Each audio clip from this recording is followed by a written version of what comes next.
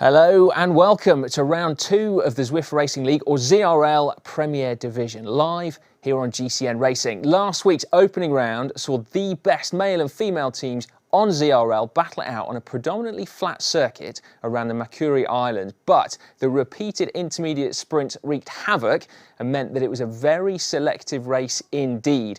This week we're in virtual France for 2 laps of the Casse-Pattes circuit, which translates literally, I'm told, as leg breaker.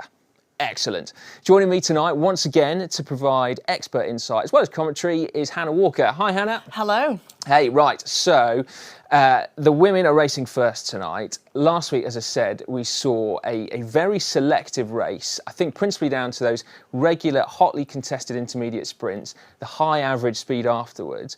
But looking at the route profile, which we'll come on to more detail in a moment, this race today could perhaps be one for the climbers, you think? I think it can. Last week was very intense, and it was that consistent intensity that split the race up. Whereas today on the course, we have 12 kilometres, which is more or less pan flat, and then we have all the climbing coming in the back end of the lap. And it's that accumulation of the climbing in short succession and quick succession that I think is going to do the damage. And of course, the fast running to the finish line. And let's do it all again for the second lap. Okay, right, well, let's take a closer look at what is exactly in store for our riders.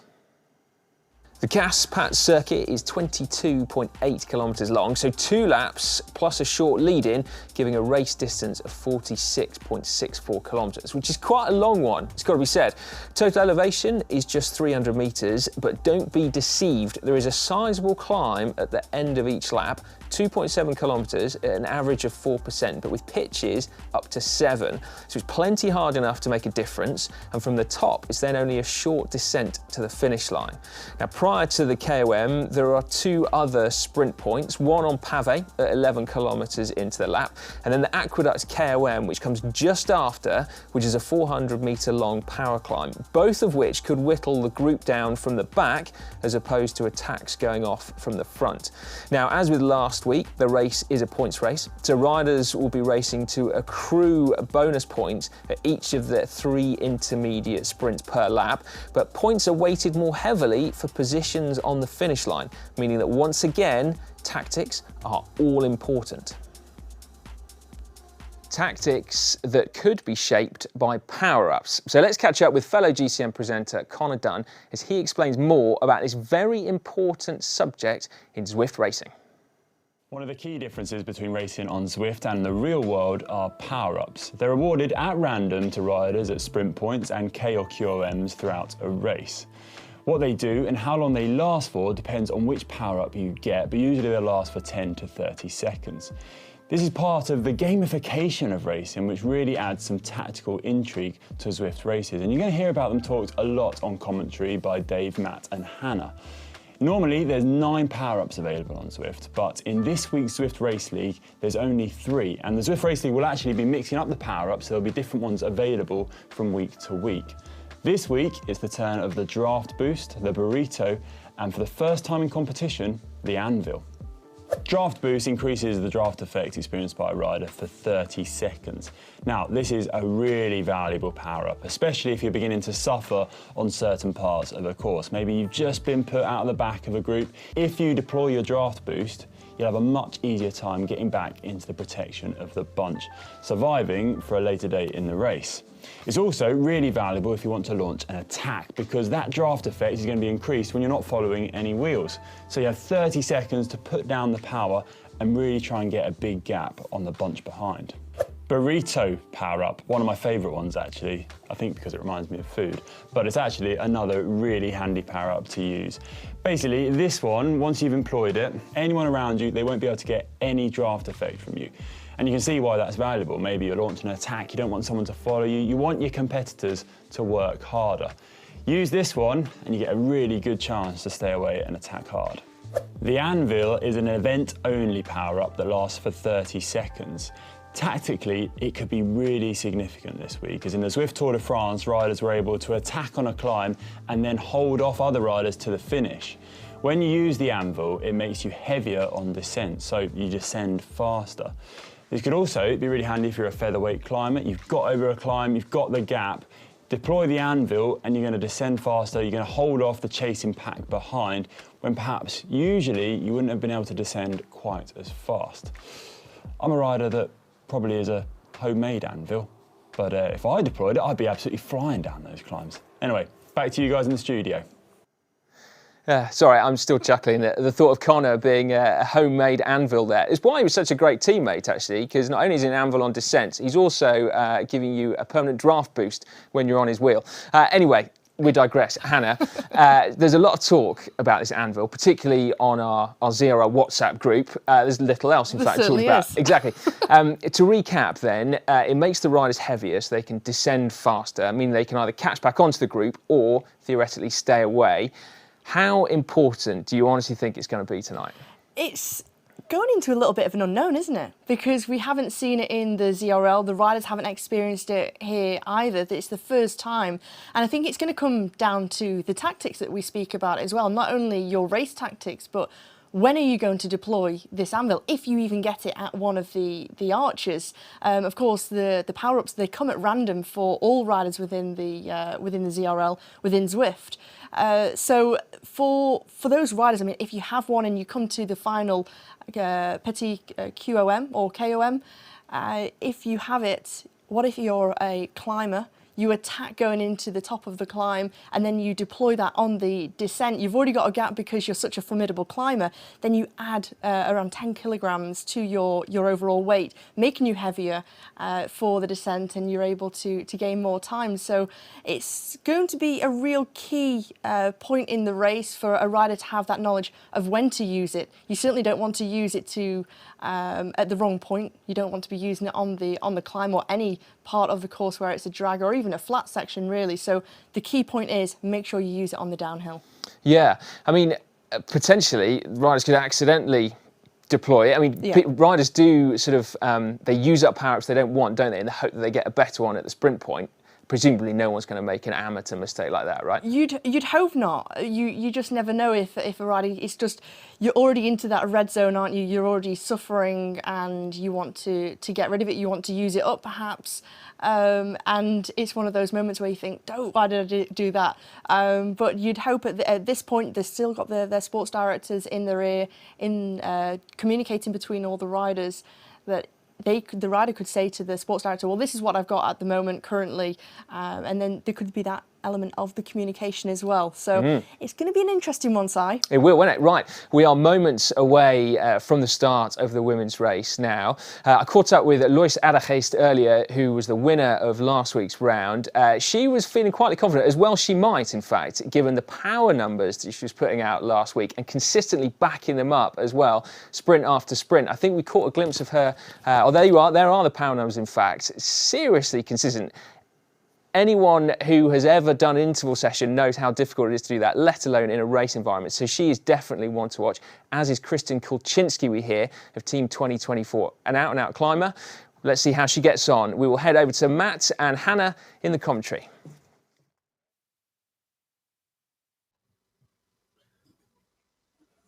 Well, thank you very much. I'm certainly looking forward to this round two on a course I know pretty well, the course Casse-Pattes.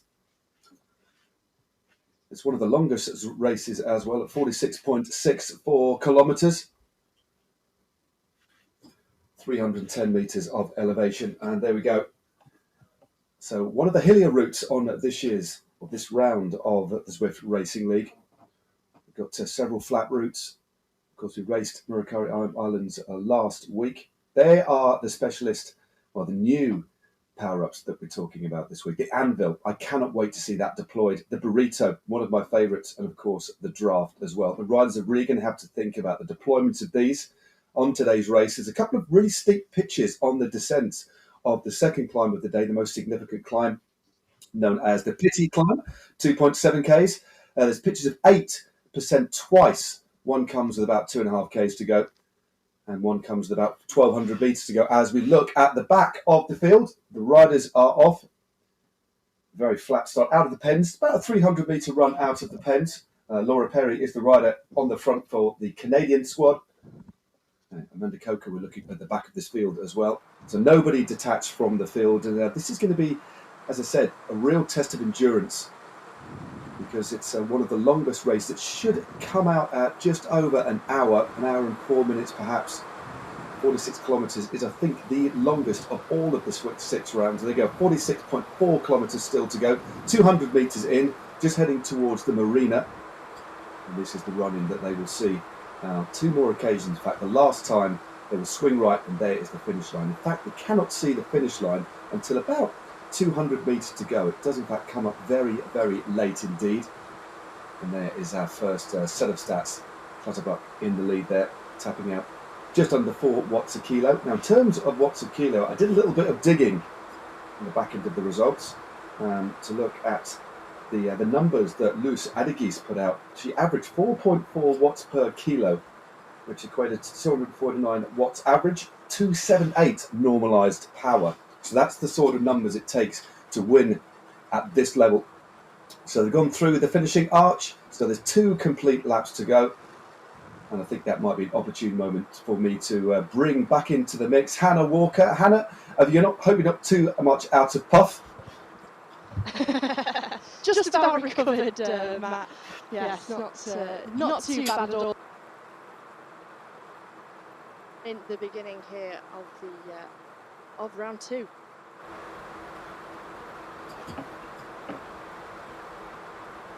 So at the front we have starting to move up the riders from the Movistar team. Imogen Cotter is there, the newly crowned Irish road race champion. Cécile Lejeune highlighted in the centre of the peloton.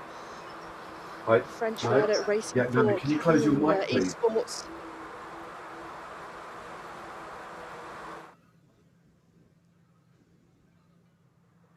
So the flurry of riders, a couple of riders already just struggling with this pace as we are going into lap 1. A few riders just off the back, as I said before, the pace already being set by Imogen Cotter, the rider from the Movistar E team, the newly crowned Irish road race champion, who has who's gone from strength to strength in the ZRL.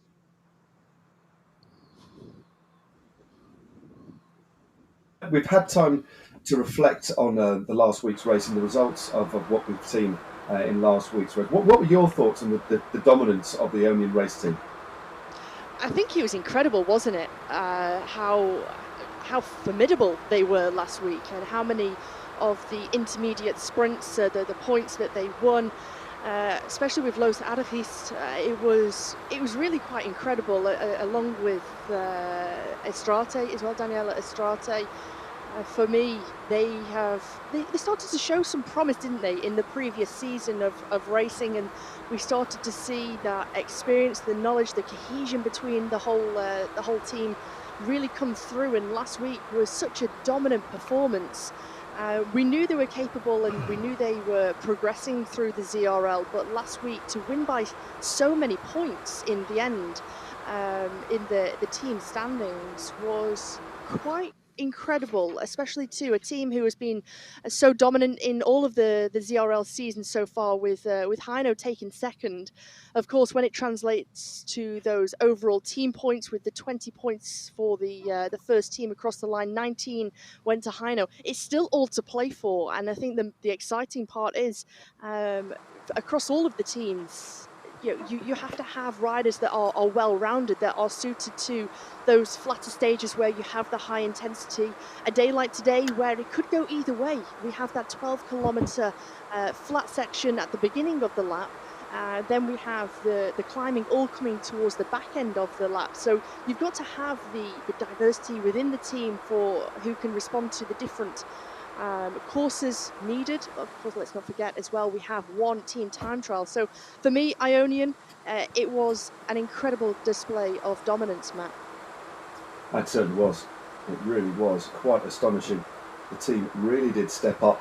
Wondering what they've done during the off-season. They've certainly been talking to each other, training very well, and not only going for the intermediate points, of course, but really packing them in that final finish. It was spectacular stuff, and I've no doubt has left the Heino Racing team scratching their heads as we see Coco just a little bit off the back here. King and Gontova are the riders relaying at the front. So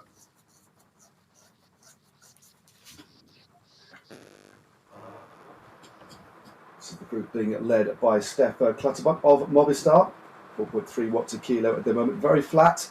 To see the lighthouse in the distance. Mont Saint-Michel also not too far away. Some really wonderful landmarks on this particular course. And the climb itself, all of the climbs on this course do actually come back loaded. So it's a gently flat, undulating part of the first half of the course, the first 10Ks of course, and then we take in our first sprint. That's the Pavé sprint, only a short one, about 340 metres long. And only 3Ks after that, we go up the Aqueduct Climb. And shortly after that is the Petit Climb before that fast run down into the finish. Having the climbs coming towards the back end of the lap, I think that provides a real uncertainty that riders don't want to go too early on this flatter section of road, Matt, do they? Because they're uncertain of what's going to happen come the end. When you look at the Petit Climb, that's the final climb of the lap, 2.7 kilometres in length.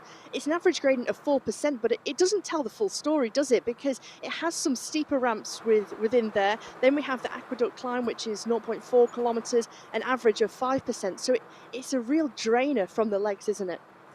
It's one of my least favourite climbs, I think, in any of the worlds on Zwift. I did a little recon on Friday just to get a sense of where I think primarily the riders might use this anvil power up, because it's fascinating. It was intriguing what you and Simon were talking about. I like Simon mentioning the fact that if you dropped it at the wrong time, you might actually have a little bit of a problem. But one thing that you would have a big problem, wouldn't you? You don't want to increase your weight at the wrong time in a race of this standard, let alone a training ride. But there are two key points on the descent of the Petit Climb that I think will basically optimise the use of the anvil that makes you heavier. Just over the top, you go through the arch. There's a flat section of about 100 metres before the descent begins. And right at the top of the descent, there's a very steep section of between 8 and 7%. Just there is place number one. Then the climb graduates a little bit to 4%, then it kicks up again. Then there's another point with 1,200 metres to go where we get a maximum descent gradient of around 8%. And I think that's the other point that if a rider's still holding on to anvil, they would deploy it then. So I think those are the two key strategic points on the course towards the back end on that fast run into the line where we may see the anvil. So 6Ks done. You just see Mont Saint-Michel over on the left-hand side. A nice still day here. Let's have a look at Becky's story there. Very, very, very, very professional backdrop there for the Movistar team. You would expect nothing less, Hannah. It is great to have the World Tour team. It is great to see the way the World Tour team have actually really taken to esports, setting up their first team. I'm wondering if we'll see other World Tour teams, other pro teams in fact, move in that direction. They really do see it as a big future, and they really do promote the team on social media as well. We've got a lot of information about the riders, and that I would say is a very, very pro setup indeed. It is. They've got this vision that, and having the team, they had the talent identification program earlier on this year to get 5 females, 5 males for their Movistar E-team, and Juan Pablo Molinero has had this vision to have an esports team alongside, and Movistar became the first World Tour team, men's and women's, to have that esports team. So it's going from strength to strength. I think again we saw how well they rode in the previous season. They've come into this season and they've just learned from everything that they had from the previous season, brought it into the season we're currently in, and it's certainly paying off. And a few of the riders we saw yesterday at the British National Championships, Becky Story, one of those, the rider from the Isle of Man. So she's in good form. We know that much. Indeed. We're just looking at the picture there of Loes Adegies, our winner from last week from the Netherlands. Encouragement there as well. And pretty steady opening a few kilometres here on lap 1 or 2, 10 minutes down, but they're moving along at a pretty decent pace. But we've seen a real different. This race, I think, Hannah, will be raced far differently. It's going to be over an hour. That's the average 44 kilometres an hour, which is pretty fast. And this is a rapid course, but that climb, the climb of the Pity Hill, will reduce that average speed. But therefore, I think riders are going to be playing a longer game. And also, you could argue, although there's this density in the first part of the second part, should I say, of the lap where the sprint points are, that there's I think we're going to see quite a lot of weirdly fresh legs, because previous rounds where we've had a more evenly distributed set of Queen of the Mountains points and sprints, they're pretty much straight into it. There's a lot more easing into the racing, a lot more time to process things and think about what's going on. No attacks just yet. Everybody just moving around. I think we'll see things hotting up in a little bit when we head towards the first sprint at the Pavé sprint, the only sprint on this particular course. But I think there's a real different feel to the proceedings today. There certainly is. It's almost like the tension is starting to build, isn't it? Because everyone wants to make sure that they're saving as much as they possibly can on this section of the course. And just waiting, being patient is a key point on today's circuit, making sure that you're just sitting in the wheels nicely, waiting for the back end, and as a team, just constantly communicating between yourselves, having that information distributed to you from your sports director of when the climb is coming, just making sure that you're in a good position is the vital point on today's course. And as you say, with the sprint, the Aqueduct QOM and the Petit Climb QOM coming in such quick succession, it's also about that recovery, isn't it? For a rider being able to recover, being well positioned. If you start to lose a few positions in the Aqueduct QOM, you're having to chase back on. You are starting to go into that red zone. You've got a really high heart rate. You're starting to lose that power, and sometimes you lose that morale, don't you? But trying to catch back on by the time of the Petit Climb, it's so vital to make sure you have enough left in the tank.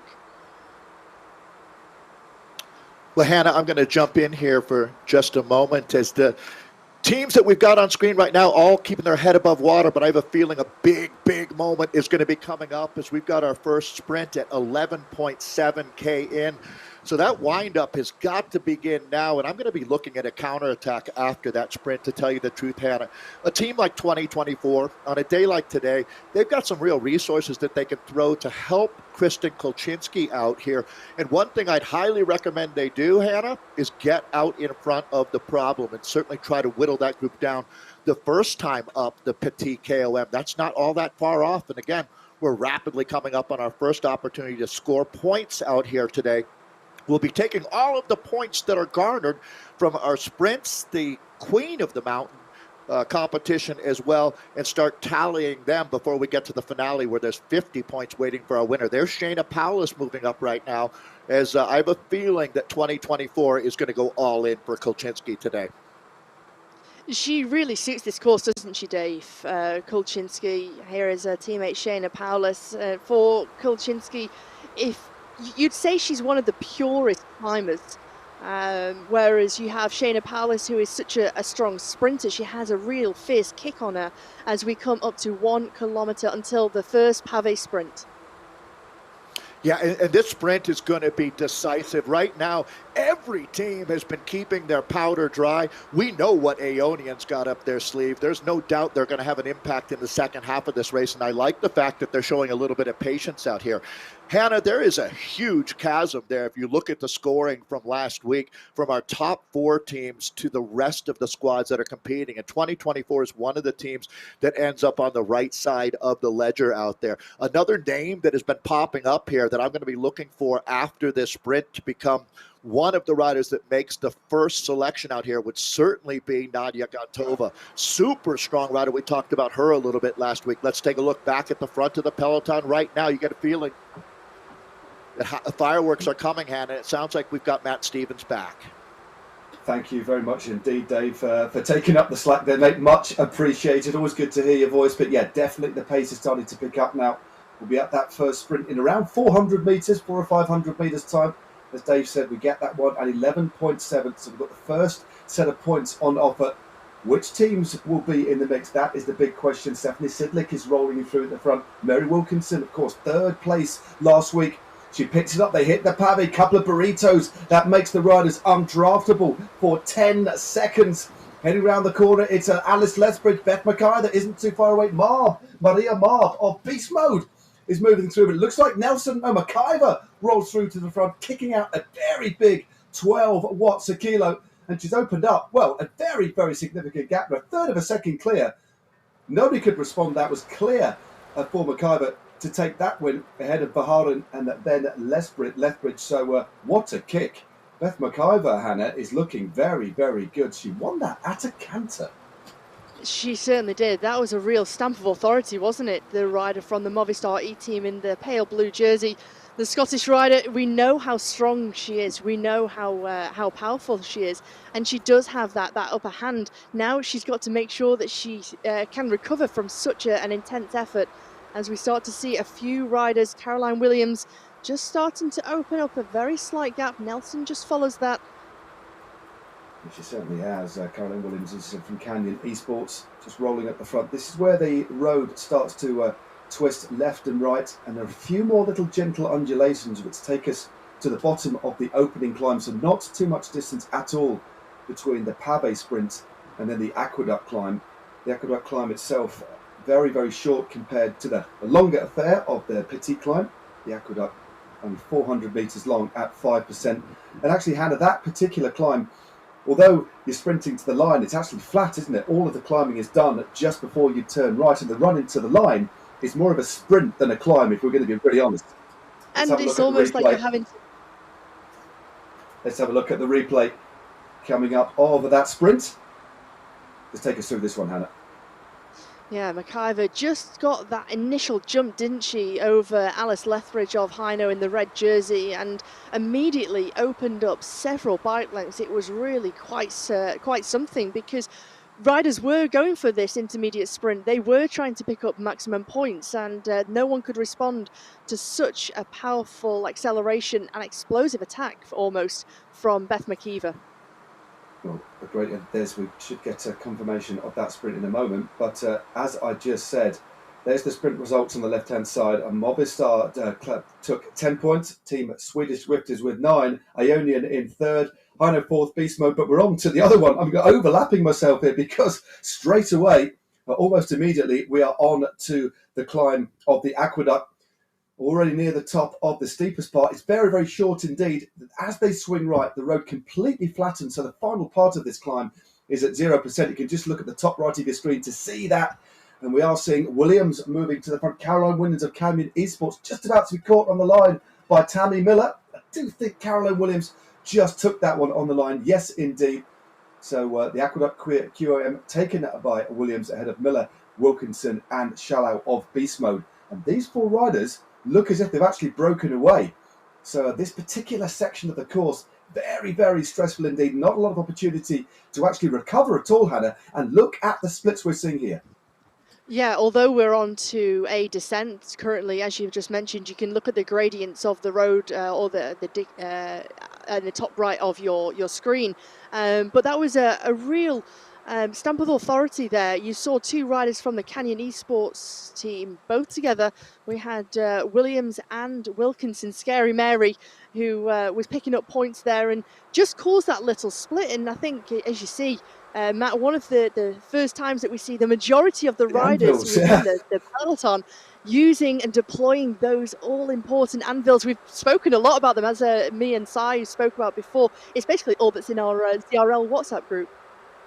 Well, a flotilla, loads of it, almost like a blizzard of anvils. That would be pretty painful, wouldn't it? But a blizzard of anvils being dropped. We're going to have a look at the replay of the Aqueduct QOM in just a few seconds' time. Again, Hannah, it was really strung out on this short, punchy climb, only 400 metres long. We're going back now to the first intermediate sprint. Absolutely an emphatic victory here by the Movistar rider, who went very, very long. Back to the Aqueduct sprint. And that little group just moving off the front there, Hannah. Yeah, 5 riders just starting to go clear. Lethbridge of Hino, we had Mary Wilkinson, Miller, Williams and Julia Shallow just opening up a very slight gap. And riders perhaps they didn't want to make such a reaction to try and close that down. Only points for the first 4 riders across the line. If they felt that they were completely out of those points, it's almost pointless trying to use a lot of energy to close them down, because they know over the top of that QOM you do have that descent. Well, there's the totted up team points. Movistar with 10, Swedish Zwifters with 9, Aeonian scoring highly again there with 8, then Canyon Esports not too far behind with 7, 6 for Hino, 5 for Beast Mode Toyota with 3, and 2024 with 2 points, as we see a few ride-ons being dropped as well. Just a reminder to anybody watching and enjoying the racing here, please do encourage the riders by firing up your Zwift companion app and giving these riders a ride on. It really does help buoy their spirits, especially on a long race like this one. It's always good to see as well the community getting involved, Hannah. That's what it's all about. Please do get involved as well in the comments on the GCN Racing YouTube channel too. We always like to hear what you like to see. But looking at this group, Hannah, that is massively reduced. I'm just going to dig into the stats to see exactly how many riders here. But clearly the double punch of the sprint, not much time to recover, then straight through to the opening QOM of the day, has meant we've got a reduced group of only 29 riders that we're hearing very early on. And Hannah, we haven't even hit the main climb in lap number 1.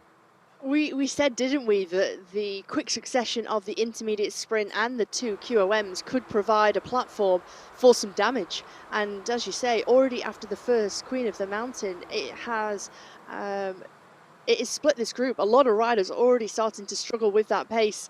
We see Steph Clutterbuck of the Movistar E-Team just up towards the front in her pain cave. Great to see. She's looking very, very controlled. She is in that front group, right on the front, as you can see, as we just temporarily make invisible the rest of the riders to get a good look at Clutterbuck there. Looks very, very comfortable, really focused, looking at that screen at 16.9 kilometres down already. And if you are just joining us, this is round 2 of the Zwift Racing League. We're in France on the Casse-Pattes course, one of the longest courses in this season, 46.64 Ks. And as you can see at the top of your screen, as we look at the stats of Caroline Williams, that we're 17.1 kilometres in. And if indeed you have just joined us, we've got the first of the serious climbs to come. We've got the Aqueduct Climb behind us, but the Petit Climb, hardly petit actually on this course. It is pretty significant. It's 2.7 kilometres long, 4% average, but with pitches of 7.5. And from my experience riding this climb, not anywhere near the speed that these racers are doing it, it seems there's an endless array of hairpin bends. I can never seem to get to the top.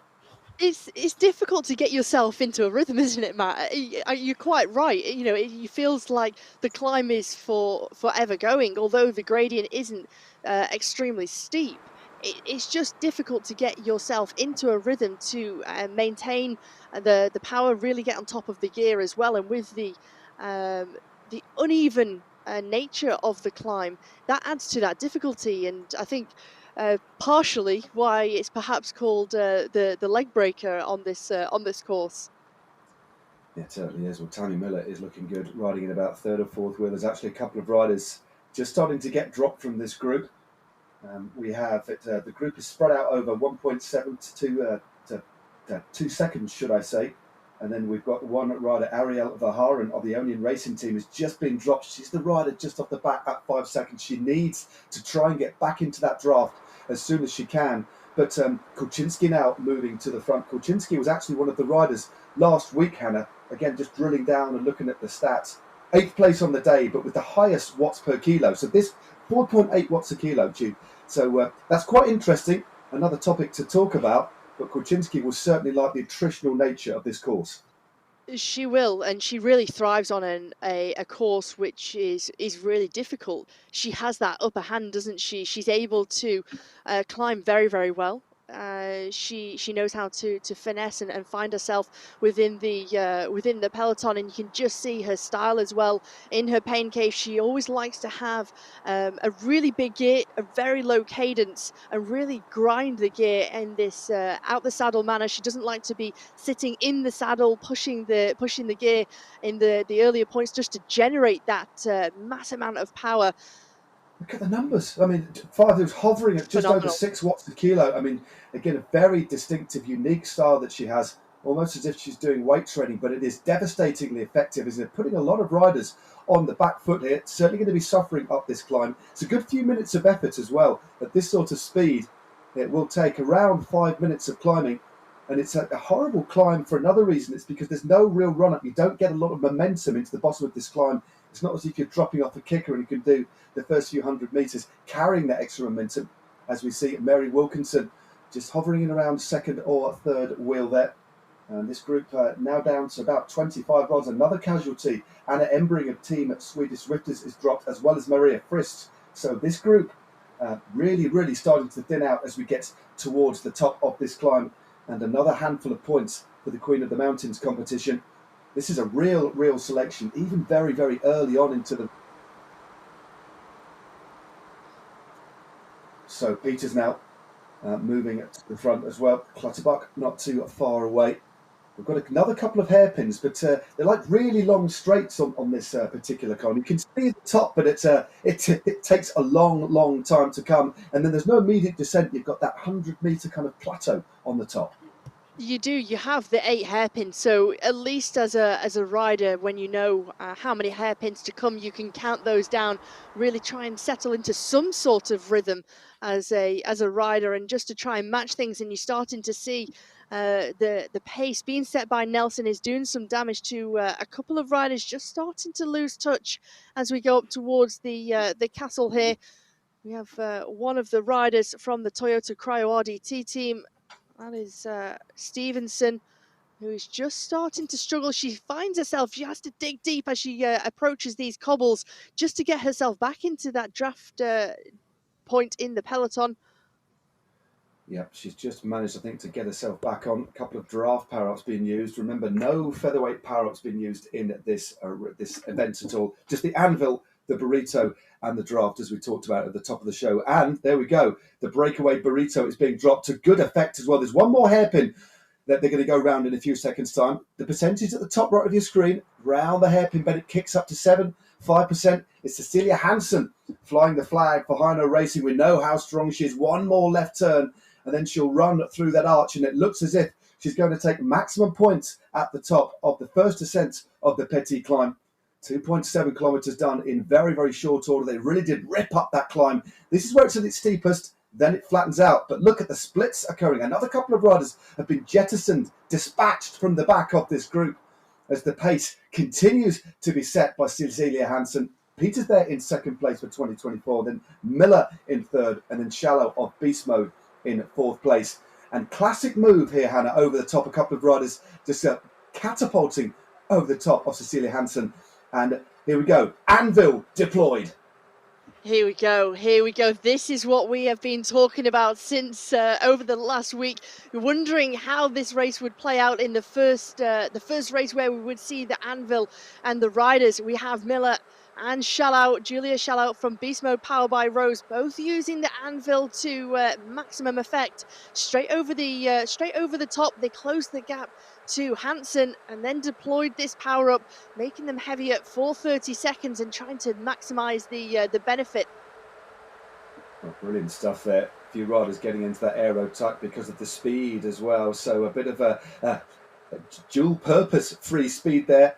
Anvils being deployed, 2 anvils in particular. And it's by both riders on the front there. And this group has really started to thin out. Nobody's managed to slap the elastic from this group in front. But we now have only a group of 20 riders. Julia Shallow has moved to the back. But Mitchell of Toyota, Kristen Falk of Canyon Esports, Imogen Cotter are now dropped on this climb. And we have an elite group of riders heading down this descent. And we see another anvil deployed there. Maybe a little bit early there. But remember, it is 30 seconds long. So you've really got to pick your spot to maximise and optimise that power up, which is an intriguing development. I do like it when we really play with the riders' minds and their ability to play the tactical game, Hannah. It certainly is. What was interesting to me is as soon as they saw Shallow use that power up, that they immediately reacted because they knew how dangerous that move could be. Having that power up on the descent, gaining time already had a few bike lengths on the chasing group. That all back together, albeit a few riders dropped because over the top of the climb. but I think a really interesting proposition now for these riders. Well, let's have a little look at the action replay of that attack with the deployment of the anvil. You can just talk us through well, this was, of course, the attack of Hansen, who went clear with the burrito. It wasn't the anvils. We'll maybe look at those a little bit later on. But what a move that was. I mean, a classic bit of timing in terms of the optimization of these power-ups. And a rider of the experience of Cecilia Hansen, it's no real surprise. She's clearly practiced this, used the breakaway burrito in a few other events, although it is one of the power-ups we don't see very often. But to attack, break that draft elastic, it just shows how focused she is and how she really intimately almost understands the best way to use the power-ups.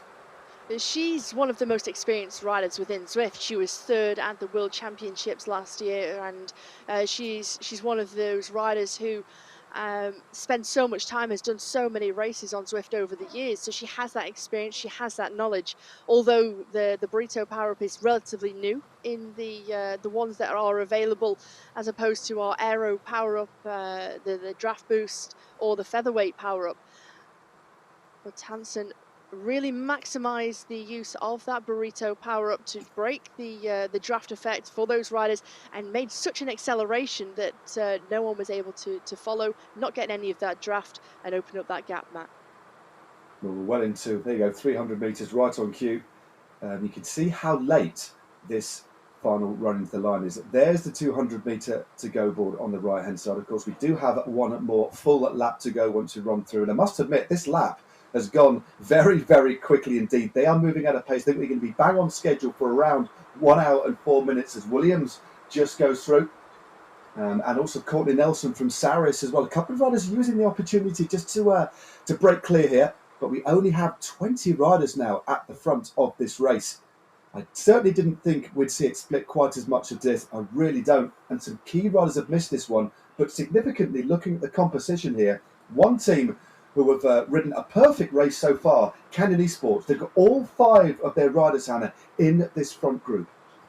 Remarkable, great teamwork as well from all of the riders to make sure that they were well placed coming into the climb, with Williams, Falk, Wilkinson, Sidlick and Lejeune. For Canyon Esports, really a stamp of authority, and again having that new recruit of Caroline Williams within the team is really starting to pay off, to have such strength in numbers in such a reduced group. When you look at the composition of the riders, there's 3 riders within this front group from Aeonian. They're in a very strong position. Movistar have 2 riders. You can see 2024 have 3 riders within this group as well. Kulczynski is one of those. Paulus is in there as well.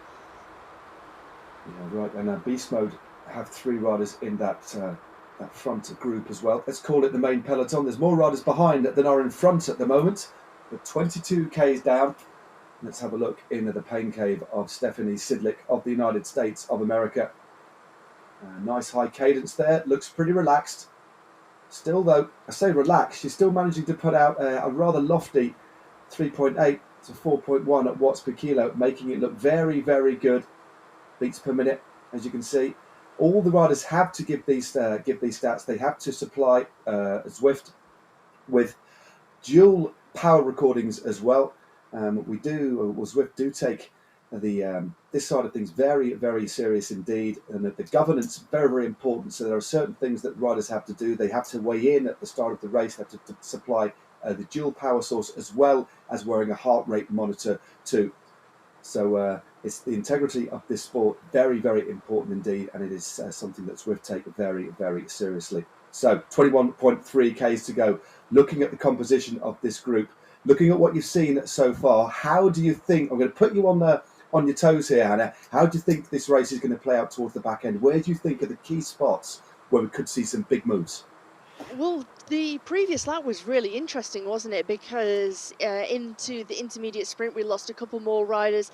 Into the first of the QOMs up the Aqueduct, we lost more riders because of its sheer power of the climb. that the riders are also able to put out, but then they were able to get back on that short descent afterwards. Now on the Petit QOM, I have to say, I think I'm expecting one of the teams, Canyon Esports, to go early to try and break things up. Where they have Mary Wilkinson, who is a tremendous climber. It really is her forte, a former British hill climb champion. She was up there at the British Nationals as well. So for me, I think it's in the best interest, and they're in the strongest position, and they need to maximise in the position that they are in. Canyon Esports have to go early on the Petit QOM, try and get to gap and hold on towards the top. And it would force another team to have to do the chasing. Yeah, it certainly would. Well, there's a little of a Clutterbuck again, just launching a little move off the front, a tentative drift off the front there as we look at Elisa Hag of Beast Mode, powered by Rose. Very good ride last week by her teammate Julia Shallout for 7th place, keeping herself fully hydrated here. And just hovering around 3 watts a kilo. She'll be able to sustain that okay. So sitting in the wheels, making sure that she's keeping out of trouble, but at the same time maximising that draft. Doesn't want to hit the front too much. And very, very important here that the riders measure their effort. Of course, we've just seen another, that's quite interesting. This is a flat bit of road, and we've seen the deployment of an anvil there. That is very interesting indeed. Yeah, really interesting use of the anvil, and it's something that Simon and I were talking about earlier on the sofa and discussing before the show. If you were to deploy it at the wrong point, you could do yourself some real damage. Of course, it adds weight to your overall weight that you have to put. You weigh yourself before the race. You send that as a verification. But really interesting to use it on a flatter section of the course. It really was. It was actually Mary Wilkinson who dropped that, and I did notice she was dropping quite quickly back down through that group as a result of doing that. Now, not news just in, but it's something that I think we should explain to everybody. Using the Zwift companion app, you can actually cancel out or bin or throw away, put in the trash if you want to use a virtual term, a power up if you don't want to use it. That's something I didn't actually know. I thought you had to use them, whatever, but you can, using your companion app, just ditch a power up if you don't use it, and then of course you have to wait till you get through an arch to get another one randomly distributed, as we know. As we look at Daniela Istrate, the Romanian here, very, very talented rider indeed, sat midway through that group, making sure she's getting as much draft as possible. This, I feel, Hannah, as we saw before, is a real pattern to this particular course, Casse-Pattes. This is the easiest, most benign part of the circuit. Everybody here, I think, waiting for this series of efforts to come. The sprint, which is coming up very, very shortly indeed, in around 4 kilometres. Following that, they're hardly going to have a chance to catch breath before they hit the Aqueduct QOM, which is only 400 metres long, and then 3.2 k's after that climb, they hit the Petit Climb. So, yeah, no wonder they're actually knocking things off a little bit and thinking about what's to come. It's been such a hard first lap, or lap and a half, let's say, for these riders. They want to make sure that they're able to recover just a little bit. Moments ago, we saw the heart rate data of the riders in this group, and we saw some of the max heart rate data. Julia Shallout, her maximum heart rate during today's race, 209 beats per minute, and that just tells you how difficult the race has been so far. So for the riders, it's a chance to recover, make sure that when we go into these the next point scoring opportunities with the intermediate sprints and the intermediate sprint and the 2 QOMs, that they're recovered. Their heart rate is lower. They've had that moment just to take some fluids on board, cool the core body temperature down. So really important that they're using this opportunity to recover, but also this tactical game's starting to open up. No rider's going to want to attack this far out with 17.9 kilometres to go until the finish. No, it's a long way to go, and there's some very, very difficult obstacles in their way before we hit the finish line in that marina. So riders just measuring their effort, and still, when we look at the normalised powers, the average powers of this post-race, we look at the watts per kilo, they're still going to be riding at or around threshold. It's easy for us to say they're riding in a relaxed manner, but a lot of people would not be able to keep at the speeds that this elite group of still 20 riders are moving off at, as we see Clutterbuck just moving off the front there, just nudging clear. Cécile Lejeune the French woman at the back, that position that she's holding at the back of that small group of 20 will be the most optimum in terms of getting the draft benefit. So the experienced Zwift riders, the experienced esports campaigners know exactly, Hannah, where to sit to make sure they're resting as much as possible. But if you are at the back, though, it is a little bit harder. There's a payoff, isn't there? If you are right at the back, it's harder to respond to moves that go off the front. You have that trade-off, don't you? And you have to make a decision, make a calculation. Where do you want to be? Of course, it's better once the group is smaller, and the group is much smaller to the previous lap. So at the moment, if a rider would like to sit further towards the back of this leading group, let's say the peloton, they will gain more of that draft effect, as opposed to when we started the race with a larger group of riders. Of course, you do have that danger, don't you? If there's any moves going off the front, you don't have that time to react, or if you have that time to react, you use up a lot of energy to get yourself back in terms. Yeah, great shot there of this wonderful French terrain. It is really, really beautiful, styled, of course, on Brittany, Normandy area.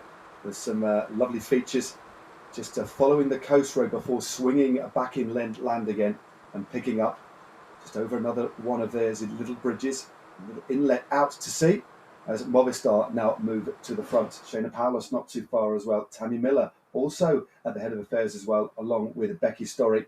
Starting to wind things up, but Clutterbuck has been very, very active indeed. You can almost, I don't know what it is, just, is this a proper attack? It's only 3.8 watts a kilo. It seems as if Clutterbuck is just almost impatient, like a puppy on a leash, sort of dragging the leash along. You can really sense she wants to go, but is a little bit hesitant.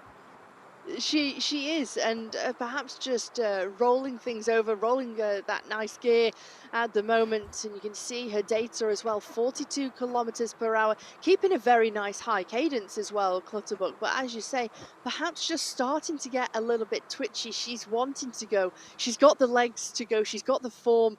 She's been in mighty form over the last couple of weeks of the races. And her training focuses that she's been doing. But for Clutterbuck at the moment, just wasting a little bit of energy, keeps throwing herself off the front, coming back into the group, into the wheels. She's back in there. Not too long now until we will see the little village where the Pavé sprint is situated. Clutterbuck just giving it a little bit of a kick. The rider just on the back of that, Daniela Estrate, the Romanian, just sat on the wheel there of number 44, Stephanie Sidlick. In fact, there's only 4 riders from Canyon Esports. The missing rider of the Canyon Esports is actually Kristen Falk, who was dropped a little while ago. So 4 riders from Canyon Esports in there, 3 riders from Movistar, a couple of riders from Hino in the form of Cecilia Hansen and Alice Lethbridge. 2024 have good, solid representation in this front group of 20. Kristen Kuczynski, Shayna Paulus and Paige Peters as well. So a real interesting mix of riders. And if you have just joined us, we are now deep into the second lap of this race. It is round 2 of the ZRL, the Zwift Racing League, and we are in France on the Casse-Pattes circuit. And as you can see at the top of the screen, 14.9 kilometers still to go. But significantly, remember, this is a points race. We have 1 more sprint to go, 2 more Queen of the Mountains that offer up points to the overall total, and then the all-important battle for the win at the end of the race. So lots to play for still, and the tension starting to build now because we're approaching that first sprint. Will we see riders kind of backing off, or will we see riders going for it and continuing with their effort? We often see that as a bit of a tactic, Hannah.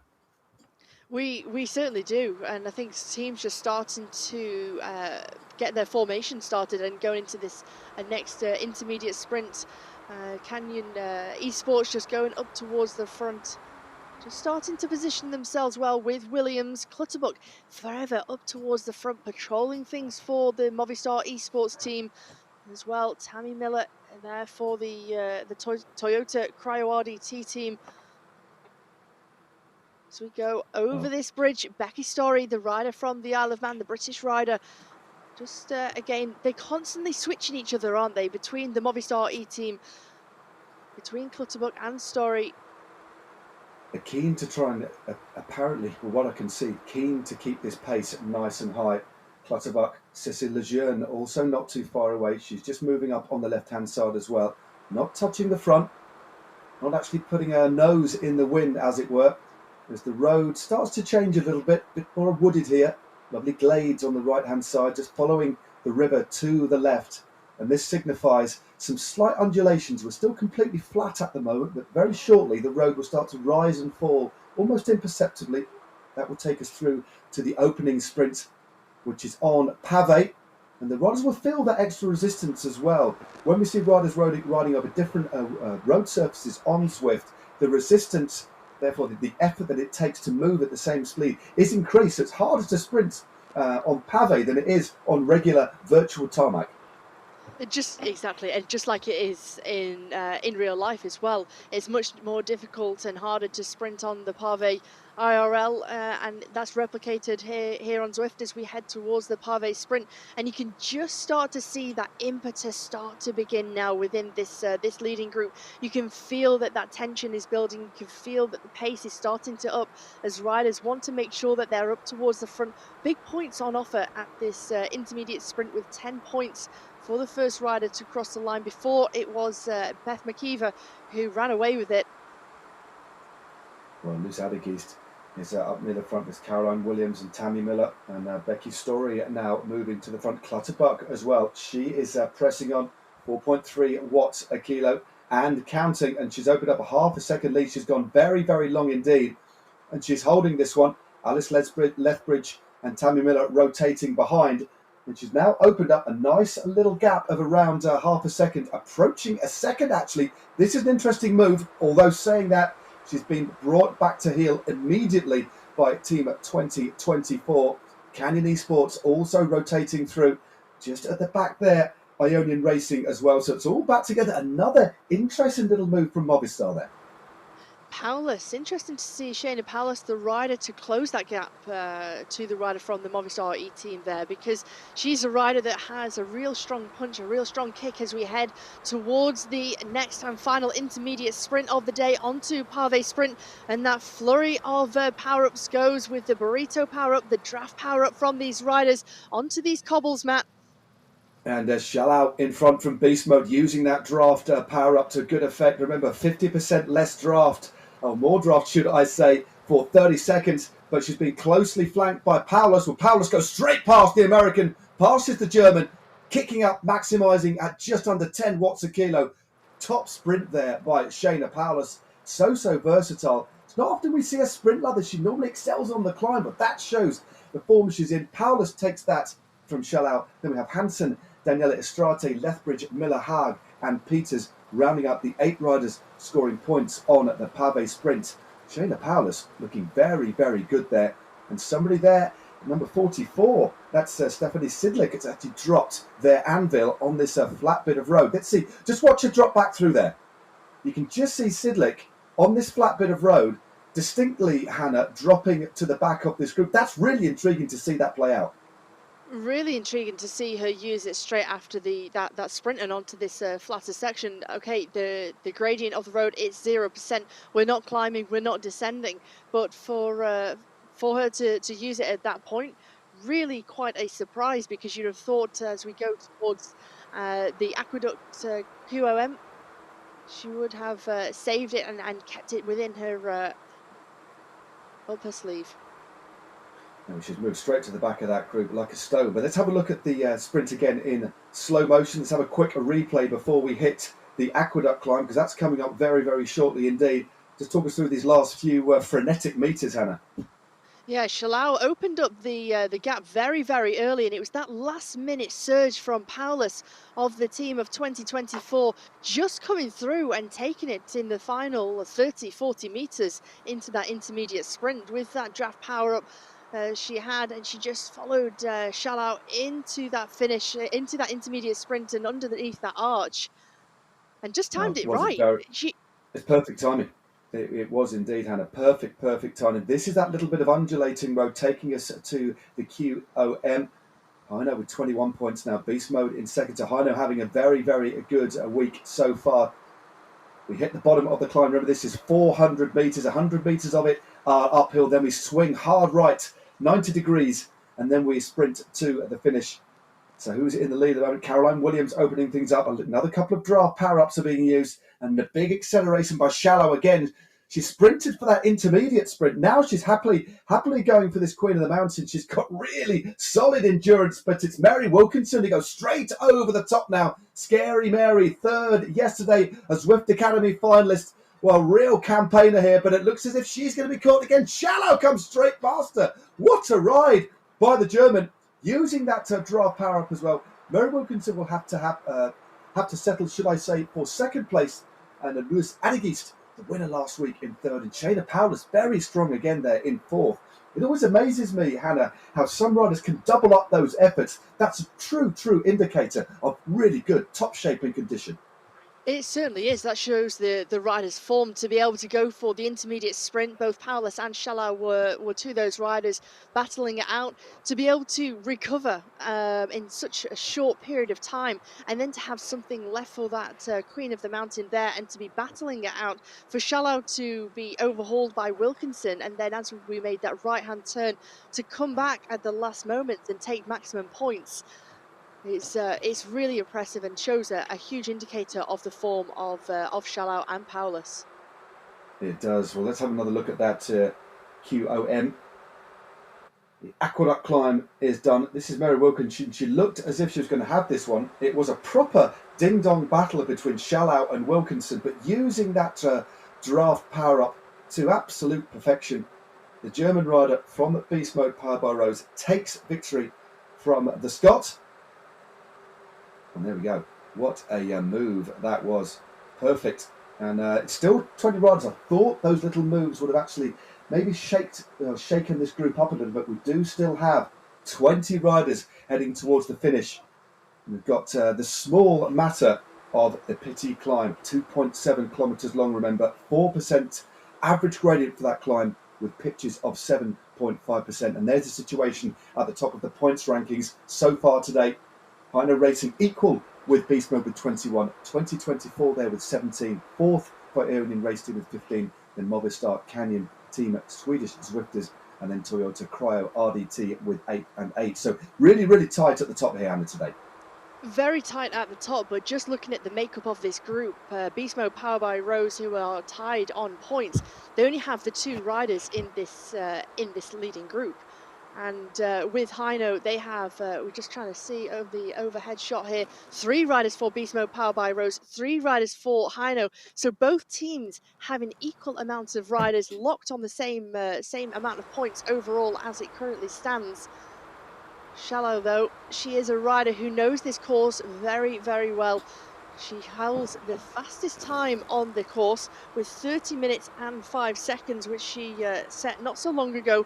And so that just gives you some indication of how fast she's previously gone on this course. Her average power for that day was 254 watts with an average speed of 45.9 kilometers per hour. So just to give you an indicator that Shallow really does know this course well. She knows exactly where she needs to make her effort, where, importantly, that she can recover as well.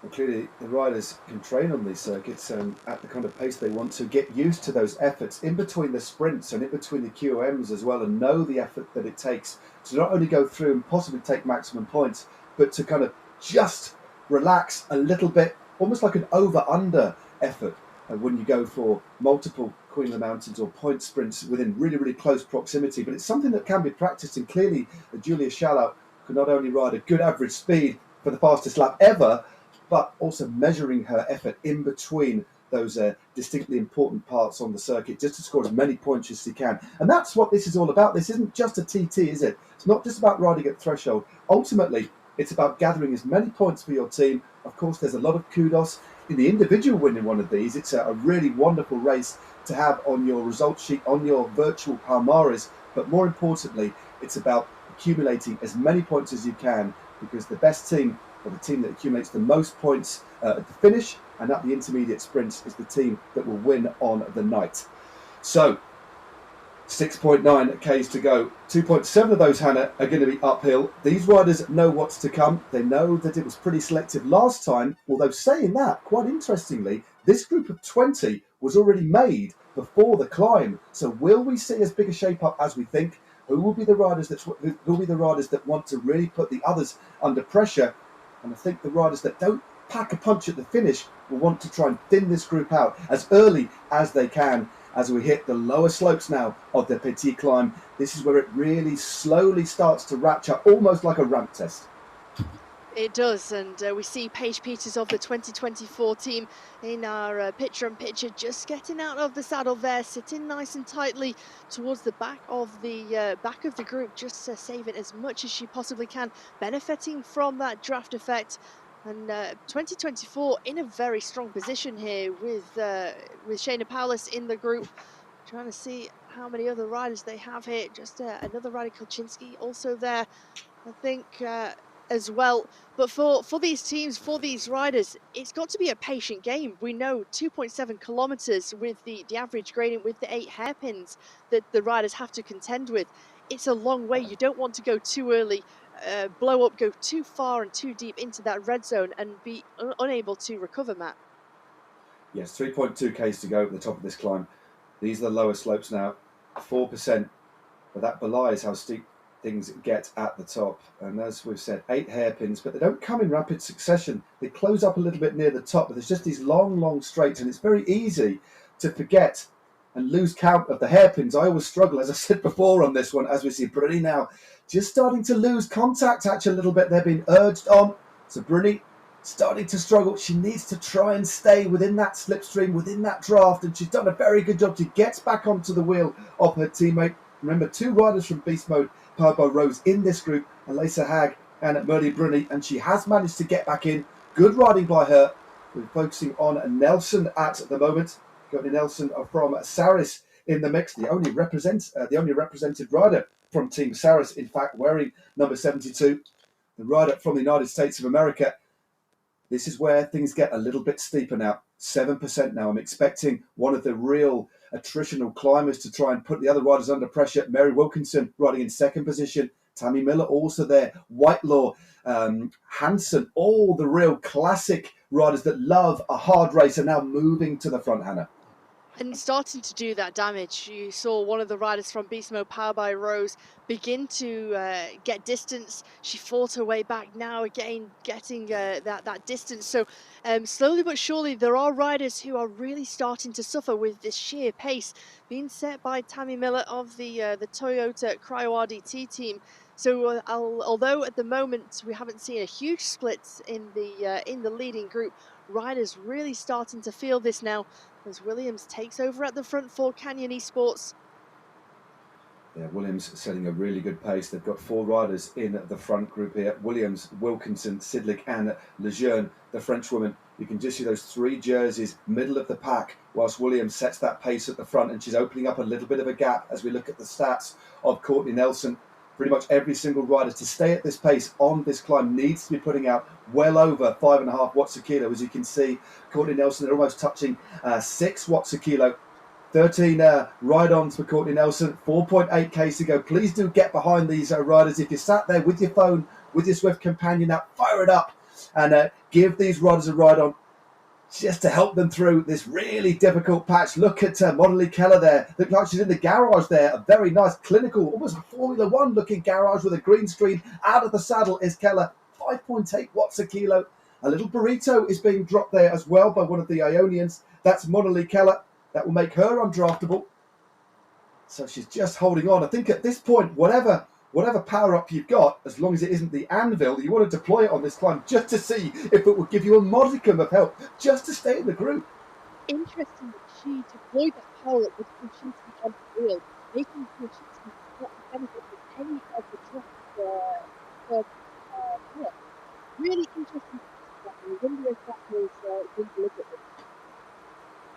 Yeah, just going through onto this little cobbled section here. Williams on the front, Mary Wilkinson not too far behind, Casse-Pattes, Cecilia Hansen, Tammy Miller, Courtney Nelson from Saris doing a great ride there, just moving through. Another couple of hairpins still to go as the Cecilia Hansen moves up. 18 riders in this front group. A couple have been dropped. In fact, Merle Bruni of Beast Mode and Steph Clutterbuck have been detached from this group, making it 18 riders in front. Paulus and Kulczynski are the 2 riders just hanging on to the back of this group. As Cecilia Hansen drops a breakaway burrito, snaps the elastic and moves clear again. She did this last time up and she is doing it again. Look at that, 8 watts a kilo, stomping on those pedals. Hardly sure that the bike can kind of take the kind of punishment that she's giving it, but not too far behind is Tammy Miller. Tammy Miller from Cryo RDT, moving up, the only rider from that group. She gets second place though. Confirmation, Hansen takes the points, but 3 seconds is the gap that's been opened up here. The little flat section, and it looks as if, Hannah, that Tammy Miller is trying to continue with her effort right over the top. Straight over the top, Tammy Miller, she had that carrot in front of her. Hansen, she was chasing her down. She just caught her through the other side of the QOM arch and straight over the top. She knows that she has to continue this effort. 5 watts per kilogram at the moment for Tammy Miller as she makes her way on this descent, and the gap continuing to grow here. 2.8 seconds to Cecilia Hansen of the Hino team. Caroline Williams a further second back with a 3.7 seconds. And just see the damage that has been done. Los Adigis sitting in 10th position at the moment, almost 6 seconds behind. So Miller really taking this opportunity to try and gain as much time as possible. And she's doing a great job at the moment. You can just see, if you just look on the top of your screen, that will assist you with trying to understand the gradient, the descent. So -2%, it continues to drop down again. The road flattens in a bit, then it kicks up again before dropping down. And no deployment. We don't know if she's got a power up yet or she's saving it. She might be saving that for a steeper part. Let's have a look at the attack again as a bit of a replay, just to see how Tammy Miller played that one on the climb, Hannah. It's a perfect move. She didn't quite manage to follow the infernal pace to the line of Cecilia Hansen, but what she did, she measured things, didn't she? And just took that momentum over the top. Carrying that momentum and that speed was vital for Miller, and as you say, she didn't quite manage to take maximum points, but she sensed that was the perfect opportunity for her to use her strong attributes over the top of the climb to carry as much as possible over the top. She still felt like she had something left in the tank, and as we go further down this descent, Miller, her days out in front are now over. She has been caught, and one of the riders here from the Canyon Esports team, Matt, dropping that anvil, and it is Mary Wilkinson. Well, Mary Wilkinson, she had a super tuck on board, and while she was on the super tuck, she dropped the anvil at the same time. 2 for the price of 1, but over the top goes Becky Story now. So Story has moved to the front for Movistar. She's opened up a little bit of a gap.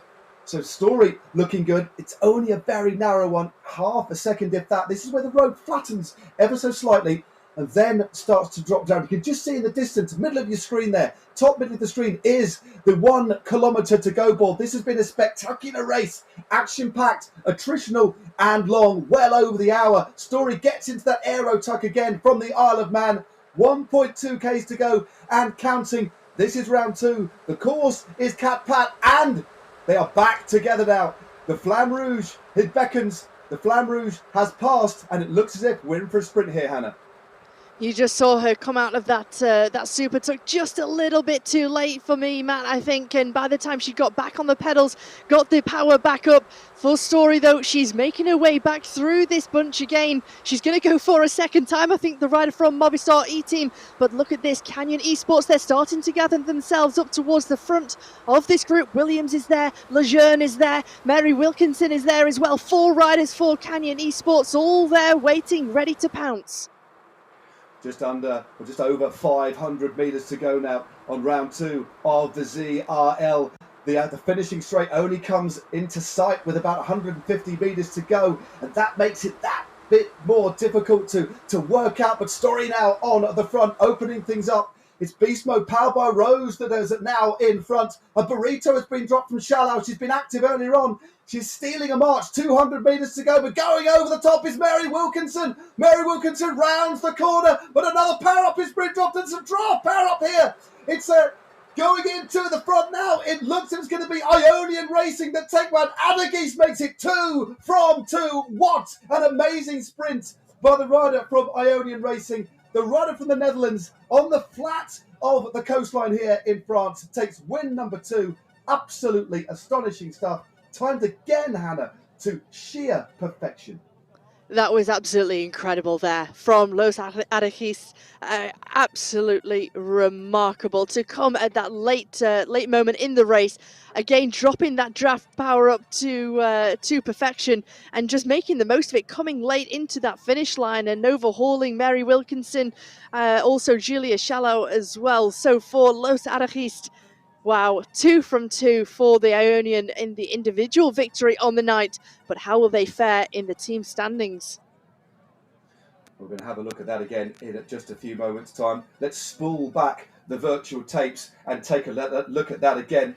That was absolutely spectacular. It looks like Wilkinson had it. Wilkinson seemed to time her run to perfection. Just see on the inside now, Wilkinson rounds the corner, and as the finishing straight just comes into view, it looks as if she's got this one, but look who has the draft power up on the left-hand side. She won last week, and with only 50 metres to go, she passes the British rider, and by several lengths in the end, carries that speed and takes a win. Wilkinson in second, but Los Arakis takes an absolute superb win. We'll distill and break down exactly what's happened in the studio. But over to you guys. I need a bit of a rest. That was pretty special.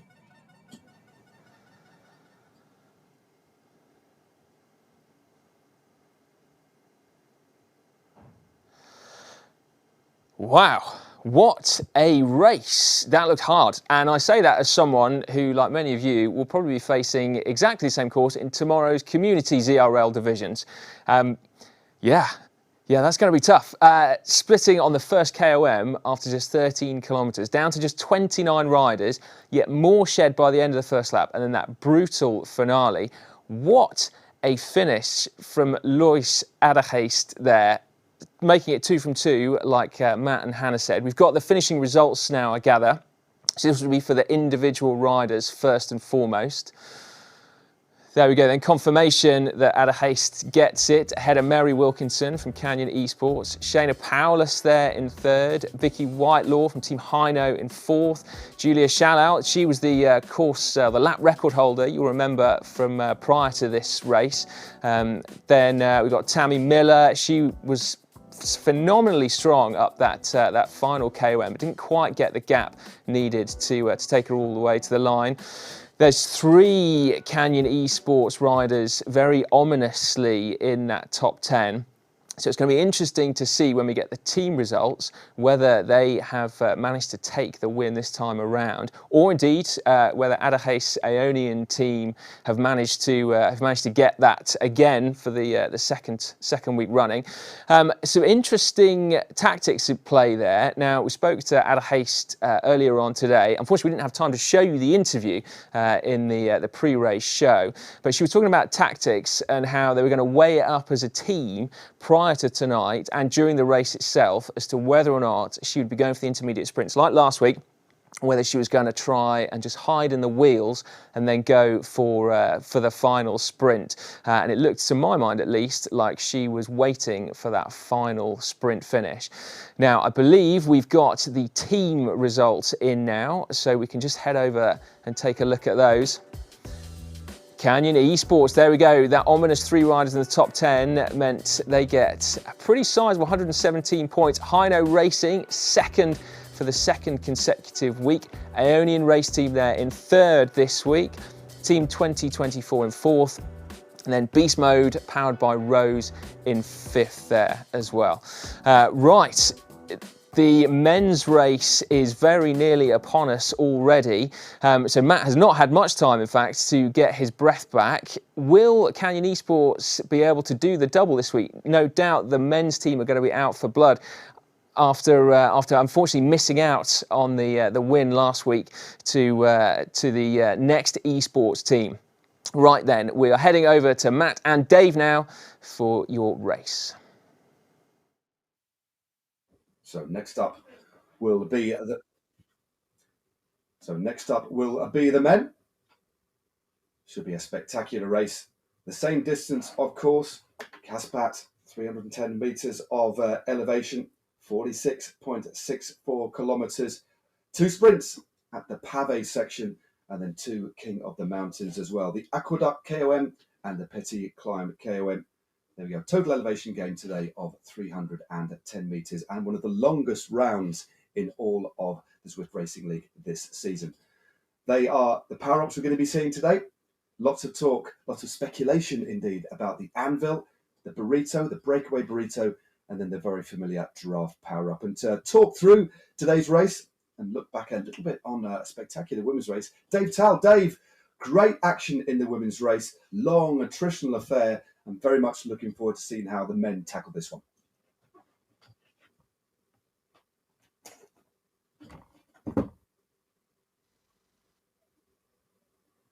Out here on course. Some names that really stand out when you look at that 10-minute power. Well, look at the Canadian Thomas Thrall. Matter of fact, Matt, take a look at the next team. Not only did they win last week, they've got some tremendous momentum right now, and this is a true murderer's row out here. Not only do they have the Canadian Thomas Thrall, but Kiel Power is an absolute beast. He can make the watts necessary if they put him in the right place, along with Brian Duffy on that team. It's going to be really tough to beat them today. I look at Movistar as well. Daniel Gould taking the start with Jimmy Kershaw today. That's a true double threat, no doubt about it. So Movistar is obviously going to be a part of the conversation. But let me throw it back to you, Matt, with this name in mind. Stefan Kirchmeier. This guy has been waiting for a day like today. This is a puncher's course, no doubt about it. May the strongest man win. I think that's really, it's not always going to be smart. Strength is really a big part of this sport. So we've talked a lot about power-ups, but will to win is going to be huge. And I think Kirchmeier's at the top of that list for me. Yeah, definitely, Dave. I think they've got a point to prove as well. This is round 2. They didn't manage to get a rider inside the top 10 in the field last week. We've seen a really different array of riders coming through, and they'll certainly want to put that right. He's a proud team manager, isn't he? He's a very, very strong rider himself. There he is at the back. Kirchmeier riding in number 52, and I think he'll have certainly had a word with his teammates, his cohorts, to try and see what they can do today. And as you quite rightly said, on form, this would be a course that suits him. Let's have a look at the stats. 4.2 watts a kilo there, just hovering under 300 watts. A pretty optimum 93 RPM there. And also, Dave, right on cue, he might be listening to us, you'd imagine. He's dropped an anvil, perhaps wanted just to get rid of it, but he's actually dropping back a little bit. Clearly, a few riders dropping the anvils now. Maybe they just do not want them. Well, and you talked about it earlier with Hannah, but this is where gameplay and experience, and I have to give props to all of our Zwift community riders who have been doing this for many, many years, is he didn't need to do that. That was burning calories that were unnecessary. And I'm really surprised to see Stefan not knowing that he could use his companion app and just trash that. As you said, put it in the bin. Yeah. That was not exactly the move, and now he's going to fight back into this group. But right now he's got his nose in the wind. That is not ideal. I'm stunned to see that from such an experienced Zwifter, to tell you the truth. Now, Stefan will recover from this, and maybe even that will help light the fire underneath him a little bit now. But there is no doubt when you look at this that gameplay is going to be absolutely critical.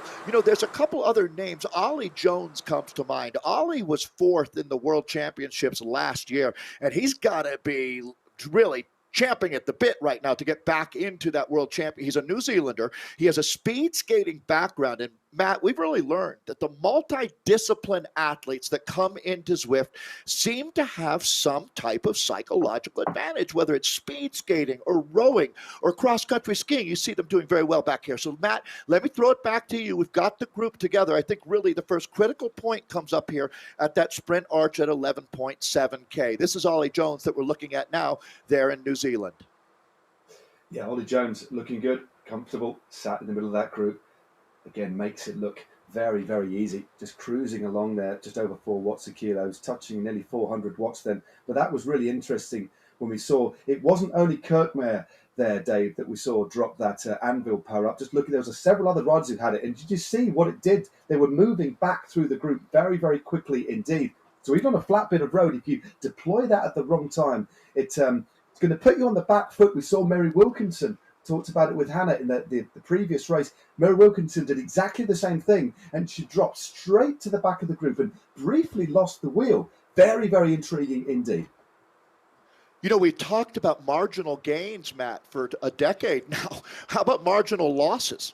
because this is certainly something in the world of Zwift that's going to be absolutely critical. You cannot afford to miss a step out here. I see the restart jersey there. Watch out for both Jem Rosick and Jaden Yeager. Again, this is not a classic climb. This is not like in Tour de France. And how about the exciting news for Tour de France Femme avec Zwift coming out this week? But this is not about that long, sustained 20-minute climbing effort. This is, again, more of a classics type climb. You're not going to be engaged with it for, anywhere near the 20 minutes. There's another rider to watch today out of Wales, Howell Davis on the Wahoo LaCole team. You can see that blue, magenta, and pink jersey there. I expect them to be animating things out here today.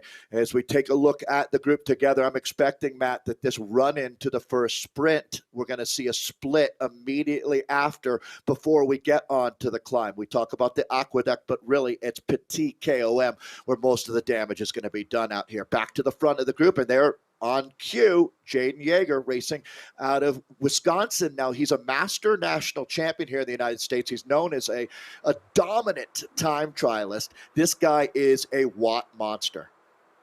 He certainly is. I think you might have just heard that. You might be listening to your commentary. Plenty of national champs jerseys on the wall there, out of the saddle, as Jaden Yeager. But I did see another rider while you were just waxing lyrical a moment ago, Dave. There was a rider from BZR Sports Solid, Jasper Pardians, who also dropped a anvil, and I could just see him drifting back. Well, it's more than drifting back. He was dropping back like a stone through that group on this early flat section. I think this is going to be a real wake-up call. I do hope that we see the anvil used on some of these more rolling courses in the future. Got to imagine the anvil in another season on the New York course for argument's sake. You'd really have to time it there. It's like a roller coaster, isn't it? Okay, that's for another day perhaps, but it's a food for thought. Certainly a lot for the guys to discuss on the sofa post-race as well. But once you've felt the power of the anvil, or the adverse power of the anvil, you're going to make sure you hit your power up button at exactly the right time. That is for sure. So 5.1 kilometers under the belts of these riders so far. The speed pretty high, but the efforts really compacted into the second part of this particular course.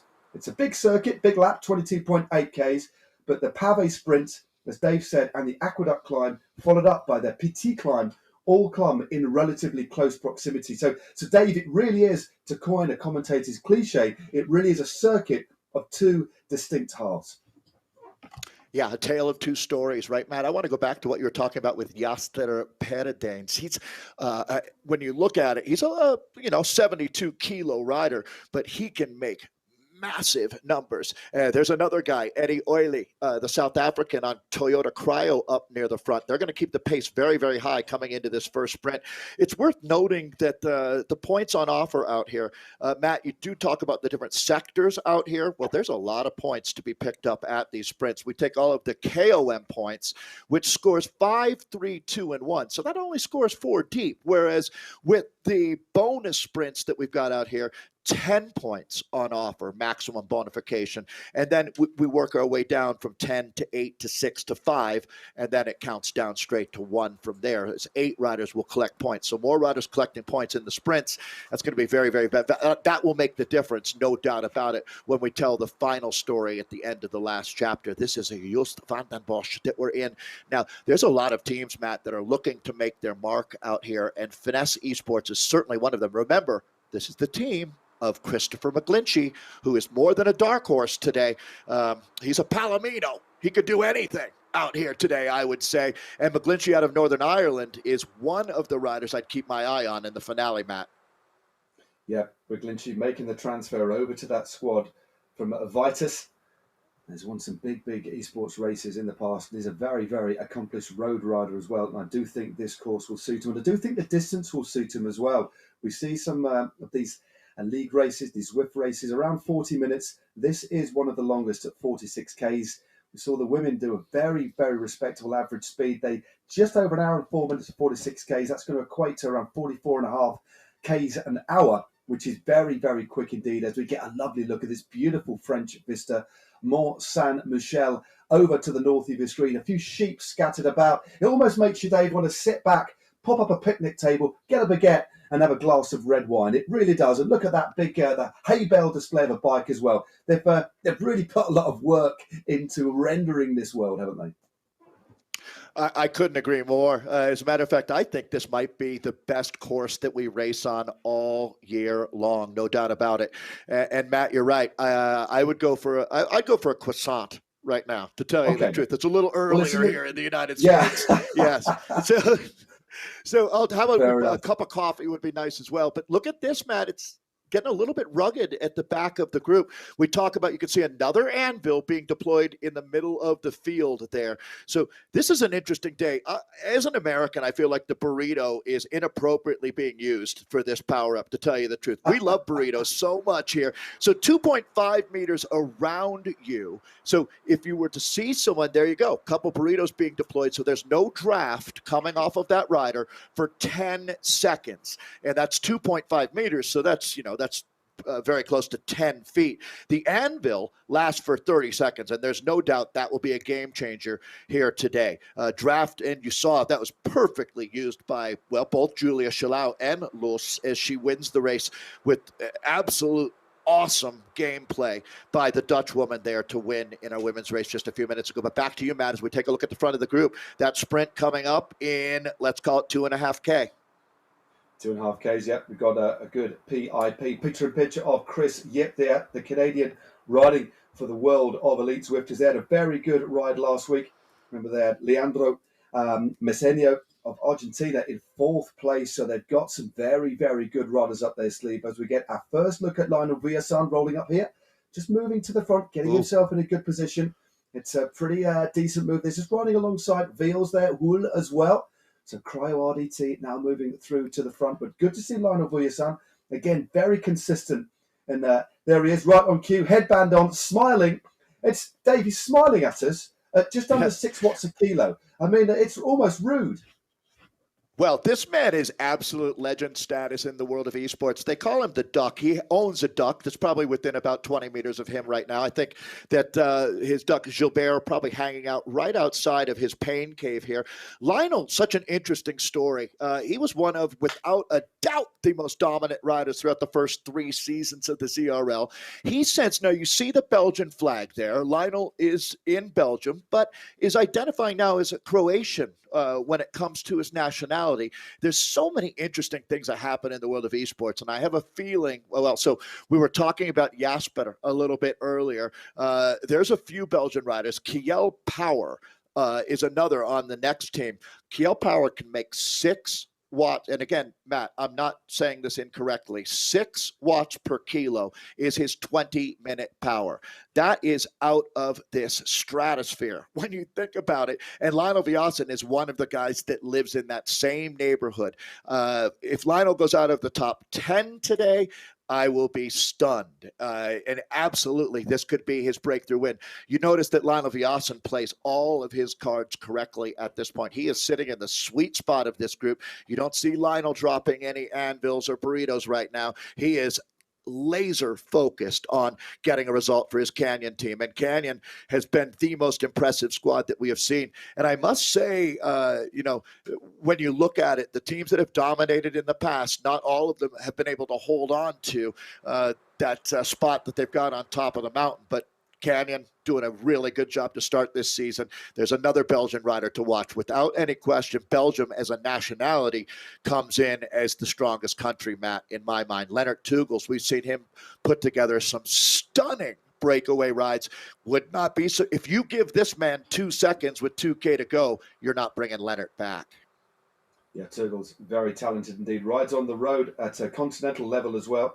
So this sort of distance will be no problem at all. Out of the saddle there, 6.2 watts a kilo, making sure he's keeping himself in a good position. If you notice, and you have just joined us, this is the Zwift Racing League Round 2. We're in France, one of the longest races of this league this particular season. But we've got an attacker, actually, an early move by the South African Eddie Hull from Toyota Cryo RDT.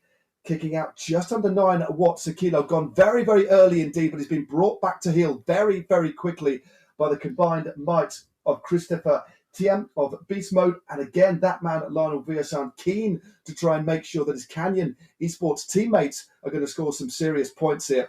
Remember, the sprint points carry more points than the King of the Mountains. And look at this, lots of drafts being dropped now. But burritos are plenty as well. Honda moves to the front. John Worm is there. Michael Voigt now moved across, of course, from over to Canyon Esports. He's accelerating well. 11.6 watts a kilo. He's keeping that gap. Vuyasan, those go straight over the top. Voigt is still there too, though. But frankly, I think it's neck and neck for World of Elite Swifters. That was very close indeed. I think Almeida Franklin of the World of Elite Swifters, Dave, took that one. But that was very, very evenly matched. Superb ride by the Brazilian. Franklin Almeida is really the pride of South America right now. When you look at that World Elite Swifters presented by Oral 7 team, they also have Leonardo Messino, who's a bit talent. Now we see Brian Duffy Jr. moving up to the front. This is the dangerous moment that comes right after that first bonus sprint. So we'll take a look at how that one scored. But certainly some of the big names, the usual suspects were up there, including Ollie Jones, who looks like he's on a rampage out here right now. The New Zealanders, certainly after that inspiring win by James Barnes last week, and let's take a look. So it is going to be Lionel Villasan getting up for third, but it's John Vanham picking up 8 points for second. Franklin Almeida, the Brazilian there, takes top bonification. Christoph Thiem for fourth, and then you can see how the rest of our, and nice to see there, the names that are already contesting for points. And Canyon, though, if you look at it, nearly, I think exactly equaling the 10 points there, as this is a team sport. Let's take a look at a replay of that sprint, Matt. It was a very, very well contested sprint. Lots of points on offer, as we said before the sprint. This is the group just coming around the corner. A nice slow motion there to an appreciative crowd as well. But the Brazilian on the line, just about taking, well, in fact, he got that one by a length, but 3 riders from Canyon Esports in the top 8 there. It's all about getting your riders to the front. Remember, although this is what we call a scratch race, the first rider across the line wins, it's actually a points race. That is what it is all about. As Dave explained earlier on, points on offer at the King of the Mountains, points on offer at the sprint, and 50 points all the way down to 30th place offered across the line with the final. Canyon Esports, 1 point in front. And without further ado, we're on to the opening King of the Mountains of the day. This is the Aqueduct Climb, 400 very short meters, done at a pace averaging 5%, but significantly, once they turn right, as they're doing now with Loriot on the front, it is a flat sprint finish. But Akita now, the Japanese rider, using the van drive to good effect, looks like he's going to take it, but he's just been overtaken, I think, by Loriot. So Teppo Loriot of Finland from Wahoo Lakol took maximum points on the top there. Loriot, maximum points. Akita, and then Ueda in second place. And then Hugh Davis, the Welshman, in fourth there. So interesting. 2 teams, Dave, that held back on the sprint, coming to the fore in the King of the Mountains. Right now in Tokyo, Japan, it's about 2 o'clock in the morning, and these Japanese riders are hitting with authority. How about Ueda Hiroki and Ikeda Picaro, as they are both up in the mix? This is a big moment for the Zwift Warriors cycling team, and that's really good to see. As we take a look again at this front group, this is battle royale mode at this point. A little bit of a regrouping happening out here as we're out on lap 1 proper, but that climb, that was simply an appetizer. Those were the escargot before we dig into I don't even know what the main course will be tonight. Some type of steak, I would think. But let's take a look at a replay, Matt. Yeah, maybe the coq au vin, Dave. Let's have a look at the replay. That sounds good. Here's the sprint coming round the final corner. It was a great, great move. Wahoo Lakol riders just overhauling Akita on the line. But a really interesting, I think we've seen a battle quite like this. Just 2 teams getting involved in taking all the points. It just shows at this sort of level, it is very difficult to double up, especially when there's not too much of a gap in between the sprints. And that's why I quite like the uneven imbalance of this race. It really makes you think, focusing your effort, but clearly doubling up with those sorts of efforts, very, very difficult. Still, Canyon Esports with 11, World Elite Swifters with 10, Team Swedish Swifters with 8, Wahoo Lakol 6, Beast Mode powered by Rose with 5, equal with Zwift Warriors, then Fusion with 4, Draft with 1, as we head closer to the foot of this long climb of the day. The Petit climb. Dave, talk us through the stats of this climb. It's not super steep, but it's really draining, isn't it? Yeah, well, absolutely. And I tell you what, Matt, you have that moment when your spider senses are tingling, and you take a look at the riders on the front of this group. This is going to be an absolute explosion. You're 100% correct. This is not one of the hardest climbs on Zwift, and certainly it's going to be the racers making the race, because this is the template that they've been given to work with. And now you're going to see an absolute explosion, as this is your sector where you can really have an impact. You see, we talked about Stefan Kirchmeier, the Austrian rider here, as his franchise now is looking to make their mark in this season. We already noticed that the Zwift Warriors, they're clearly coming to race their skin off out here today. And now we're going in with Teppo Lorio. He's the Finnish rider here. A little bit of a throwback. I think you might have just gotten a hat exactly like that from Johan Museu the other day. One of those classic Mape hats, Matt. I thought that was one of my favorite moments at Worlds this year in Belgium with you. That's not the same hat. You didn't give it to Teppo, did you? Well, I've mislaid it. I wonder if Teppo was, got some contacts in my house. But no, it's Teppo Lorio with that classic cap from the late 1990s. It was great to have Johan Museu on stage, battling with myself, Ross Downing, and the local barman as well. It was quite strange, but mostly it was absolutely wonderful to have a legend like that riding on Zwift. But no, clearly a very iconic cap.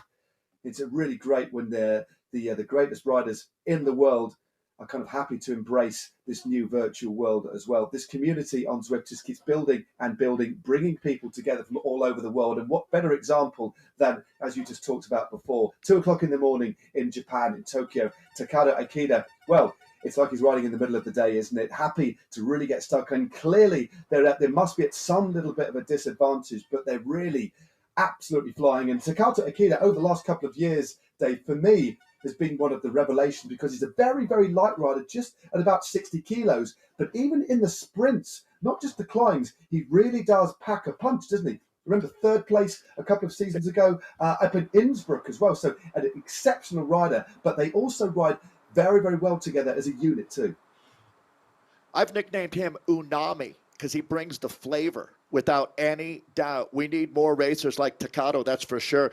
And you got to give the Japanese guys credit for punching way above their weight. Here's another danger man, no doubt, Vidar Mel on Movistar. Movistar has assembled quite a team out here. I love the process last year that helped develop this team on the men's and the women's side. I know that Beth McKeever is another rider who's really made the most of this opportunity, and it's great to see. But we got a good look at the Belgian, I think pretty much the Norwegian sitting in his comfort zone right now, right where he wants to be. And he's up in the front selection. You can see the Belgian, Lionel Viassen there, Pim van Diem, the Dutch rider, Christopher McGlinchey out of Ireland. These are the usual suspects. How about Spencer Segeruch there out of St. Louis, Missouri, having a fantastic ride. So if you want to talk about modus operandi, when you look at the next Enshored team, it sounds like a law firm, to tell you the truth. Thrall, Duffy, and Power. You would not want to get sued by those guys. And certainly, I have a feeling that they're going to, if they can put 3 in the top 10 today, I won't be surprised. But that's really been the name of the game for Canyon, Matt, hasn't it? At the end of the race, they're always there. Don't expect anything different today. Yep, definitely. And there'll be there's a new benchmark, wasn't it, set last week by Next Esports, powered by Enshored, as you just said. Thrall, Barnes and Duffy all finishing in the top 10, first, third and ninth. It was quite a remarkable performance. And interestingly, Barnes' average watts per kilo for last week's race, 4.6 watts a kilo. As Ed Laverick now has chinned off the front from Wahoo Lacole, 8.3 watts a kilo for the Welshman. Looking good. Turgles behind has opened up a nice little lead of 1.2 seconds now, 18.5 kilometres still to go. Next time through, we will have the bell. Still a long way to go on this climb, but Laverick has gone very, very early. And I tell you what, Dave, he's a very, very popular rider. 122 ride-ons. Fire up your companion and give this guy some encouragement. He's been caught now by Turgles. 2 of them clear now. Brian Duffy Jr. in third. Turgles, Dave, straight over the top. Well, I was going to say hashtag Ed mode, as Ed is an incredibly popular rider. You're absolutely right, Matt. But Leonard Tugels has now gone into Tugels mode, as this Brazilian is a huge threat. This is a big, big moment. Every race has one. And here we are, folks. We're out on lap number 1 of 2. This is Leonard Tugels. Matt, you mentioned earlier that he's got in real life pro Conti experience. There have been some weekends here in the ZRL where Leonard Tugels has raced in a classic or a semi-classic on a Sunday and been racing with us on Mondays. We love having this Belgian in the mix. And right now he's putting them all in the hurt locker as this man goes beast mode out here, as this is again Leonard Tugels that we're with on the BZR Sports Solid team, one of many talented Belgian riders in our field. It certainly is. Look at him just focused there, 8 watts a kilo, just holding around 500 watts, just under, out of the saddle. That for many riders is the most efficient way to do it. We're going to hit some pave again. Then we have another 2 hairpins before we crest the top of this climb. There's that little bit of a plateau before we drop down. It just eases here ever so briefly before kicking up again. So 1% gradient round. Then the gradient kicks again. Leonard Tugels kicks again. He's got a gap of 5.5 seconds now. No wonder. Very difficult to match such a ferocious pace. 8 watts a kilo, holding 500 watts up this climb. You can see what he's still got to take on this climb. This is where the hairpin bends. Just tighten up a little bit. One more hairpin after this one, and he's crested this climb, and he will take maximum points. Please fire up your companion apps. Give this guy a ride on. This is entertainment. This is esports racing at its best. Tugels Dave takes maximum points at the top of this climb, and it looks to me as if he's going to carry this effort over the top as well. Here comes Stefan Kirchmeier. The Austrian is hit out with authority. But Leonard Tugels right now, with that effort, he has dimmed the power grid in Paris. Right now, I don't even think you could get your microwave to work if you're on the Champs-Élysées. As we take a look now at Stefan Kirchmeier coming forward, that's going to be Daniel Jemrozik, another one of the talented restart riders here. Let's see what we've got. Oh, boy, here comes next. That's going to be last week's winner, James Barnes out of New Zealand, the incredibly popular OG Zwift. James Barnes was one of the first guys. I mean, he was in Zwift when it was on beta, but again, you go back to the front. This is the Tête de la Corsa, and Leonard Tugels just now being caught as Anders Voldagger. Now, the Danish riders are moving forward here. Matt, it is on like Donkey Kong here today in the ZRL. It certainly is, but look at the anvils being dropped here. Thrall and Foldager getting in the aero tuck with the added impetus of the anvil, which makes these riders heavier for 30 seconds, just maximising on that steep section before the road levels out again. So Thrall here we're looking at on the front. The air goes straight over the top, straight into that aero tuck, and we have some significant splits opening up. They really are stretching out the lead. The front group of around, well, we've got still around 30 riders in this group, but several have been detached. We've got Bruce Bird from Canada at 16 seconds. So there's around 40 riders left. It's essentially split in half over the top of that climb as we get a bit of a regroupment now. Canon Esports with 11 points, World of Elite Swifters with 10, Team Swedish Swifters with 8, Wahoo Lacole with 6, Beast Mode 5, Zwift Warriors 5, BZR Sports Solid 5, Fusion ECT 4, Kirchmeier with 3, and then Restart Racing rounding out the top 10 so far on today's race with 2 points. So lots of riders using and deploying that anvil to very, very good effect. Lots of thumbs up, lots of ride-ons being used, but we have quite a selection here, Dave. Yeah, more riders got dropped than you'd see in a Las Vegas divorce court today in the last couple of minutes here. This has been absolutely brutal as we get a little bit of regrouping out here right now as we get ready to head out on lap number 2. Lap number 2 is where the final nails will be driven home out here. You start doing some inventory and taking a look at the teams that have 3 or more riders in this group. So certainly looking for that Canyon jersey out here. Movistar having a solid day. Restart, Pio Auto looking good. I see a few Kirchmeier jerseys. But boy, take one last breath here now as we move into the finale. What an exciting opening half of this race it has been. 46.6K total out here today. And Matt, this one is still a wide open affair. Yeah, and just looking at the distance still to go, they've just gone under the Flamme Rouge. We did have that little neutral rollout from the pens, so it looks as if we are going to go under the hour for this distance. 46.64 Ks, as you just said, with an added bit of neutral, 28 minutes and 50 seconds. We're going to cross the line in probably about 30 seconds, 40 seconds or so, as Odin starts to go clear now. We have around, let's have a little look, we have 35 riders in this front group. We've got two chasers, Gavin Dempster and Kjell Farah of Calais. Sorry, it's Gavin Dempster and Kjell Power chasing McGlinchey. Mike Cumming are riders that are out the back, floundering on this course at 19 and 20 seconds respectively. So that's a big, big shake-up. And some of the riders, Dave, we expected to be in the front now really struggling and they've got a big, big chase on your hands as Paul Odlin now starts to move clear. Yeah, this is a big move for Paul here, and welcome to the big time as Paul Odlin now will, I think, send shockwaves back through the group. That's one of the danger men, Ofdal there, the Norwegian down the Calais team, another rider that should be shortlisted as a favorite when this one is done and dusted. But right now, Paul Odlin out of New Zealand on the World Elite Zwifters Oral 7 team is he's throwing more coal on the fire right now as this gap has gone up over 7 seconds. You can see some big names leading the chase, and that would be ominous. There's the Canadian Thomas Thrall. Leonard Tugels is up there. Jaden Yeager, boy, some big engines. These guys aren't diesels. They're nuclear-powered racers that we're looking at. And Paul, right now, looking still at about a 7-second gap. He's opened things up quite nicely there. But if an unexpected little attack there, perhaps since there was a bit of a lull, carried that momentum through and is now attack clear. He's eased off a little bit, 3.5 watts a kilo, but that again, that's just under 300 watts. A nice cadence there of 96 RPM, 106 beats per minute, 20 power-ups.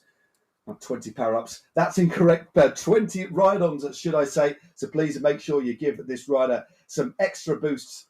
There you go, they're starting to clock up now. Fire up your companion app and give any rider that you wish some ride-ons.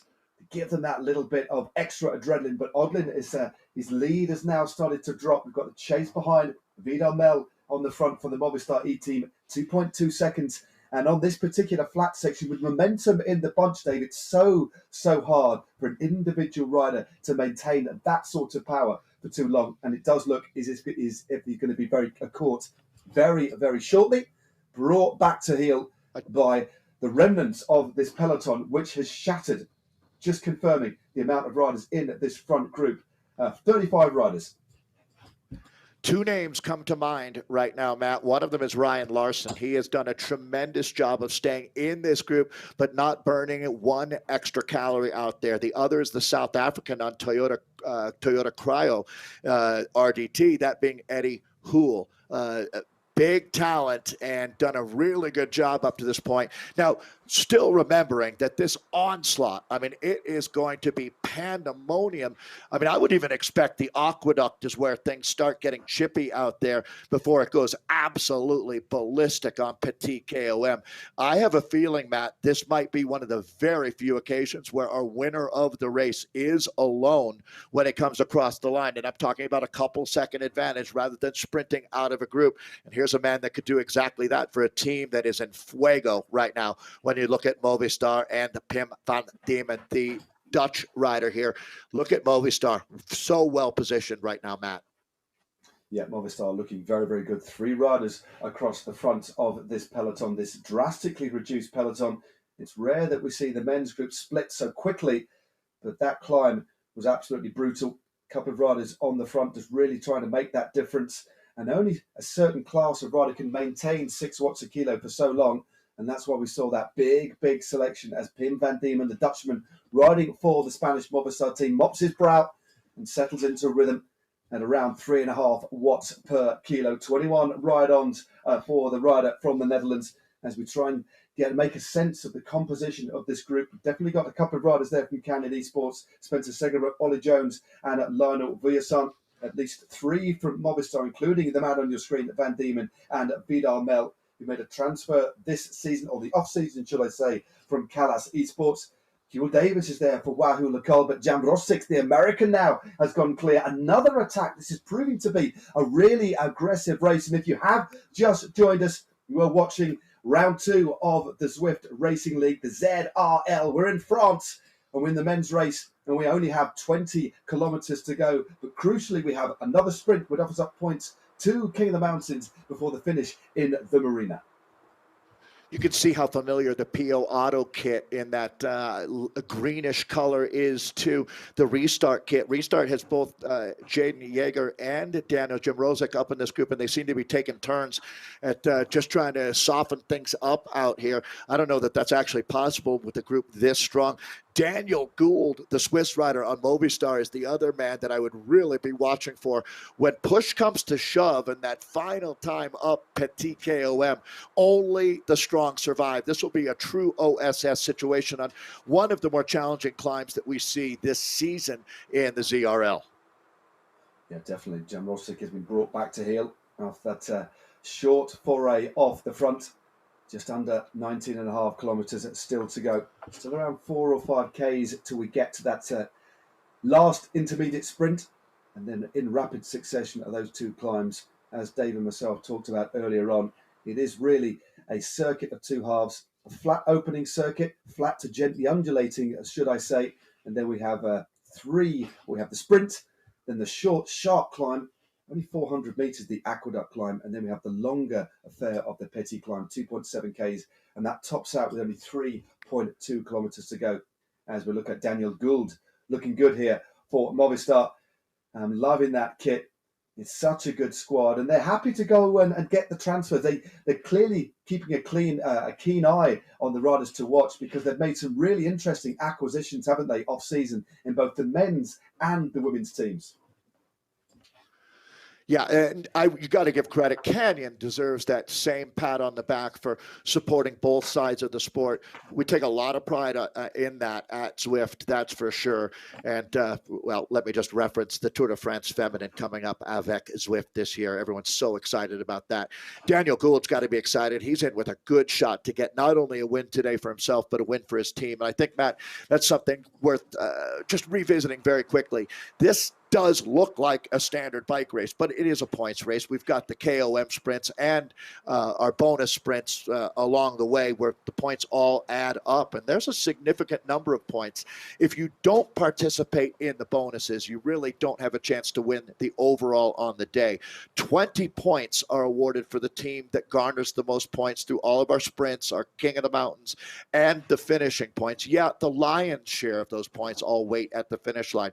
It's stacked up really heavily. To give you some perspective, if you win a King of the Mountain, you'll pick up 5 points. If you win a sprint, you'll pick up 10. If you win the race, you'll pick up 50 points for first, second place getting 40 points, 35 for third, 30 for fourth, and then it starts to tighten up as we make our way through the top 30 riders that score.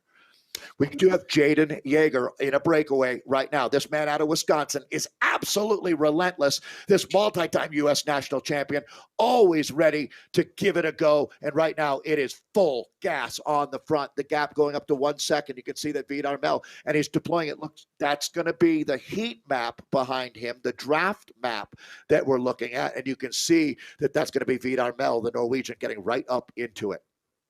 Straight through the centre there.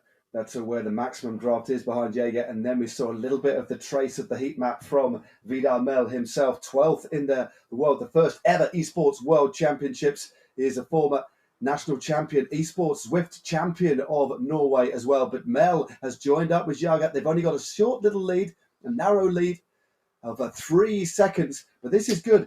This really is is when one rider out on their own, as we know, on Zwift racing is so difficult to stay away. But 2 riders we've seen succeed on a number of occasions, still a long way to go. But, Dave, they are opening up a little bit of a lead here. It was 2.5 seconds now. It's 3.7. Total's the rider behind, and he's dropped an anvil on this little slight downhill bit here. It's only a modest bit of downhill, but fascinating stuff. So, Matt, my guess is that these guys will stay away until 34.7K, add 1 more meter to that, and they probably get caught. I think that this is a bid to pick up the 10 points waiting at the sprint arch. That's at 34.7K. Let's see if they can hold on to get those points. There's no way Vidar Mel is a huge talent. We've talked a lot about Jaden Yeager. These guys are up for the battle, no question, but I have a feeling this is a play for sprint points more than for the finale of the race.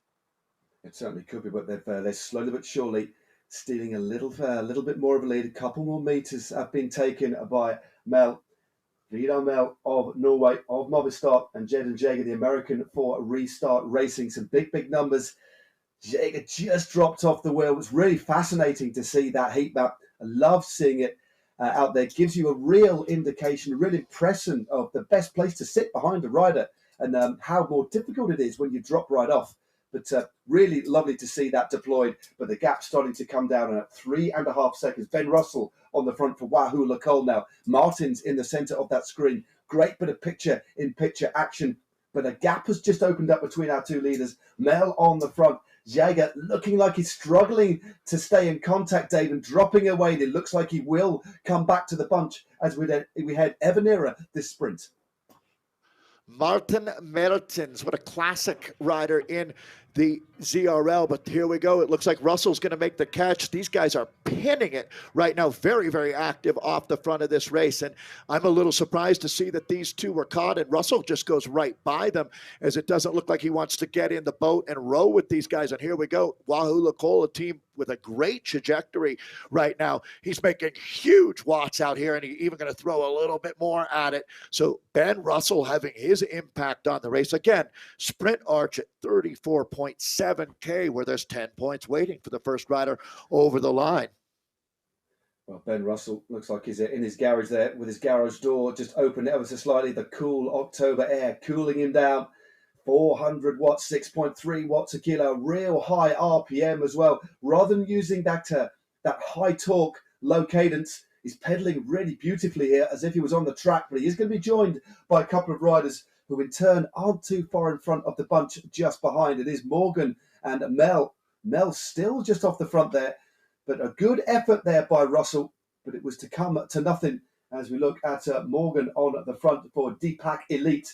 Ben Russell just behind for Wahoo Lacole, but Morgan drops back. But this course certainly lends itself to a few riders really trying to try their hand. A little bit of a view of Ed Morgan there. Reaches across, makes sure that he's hydrated, keeping an eye on that screen. Let's give this lad a few more ride-ons. He's only got 6. Fire up those apps. As I said before, it's all about the community. Get involved, support these riders. It really does mean a lot to them. I don't want to sleep on Beast Mode presented by Rose out here. Christoph Thiem has done a great job of using his resources up to this point.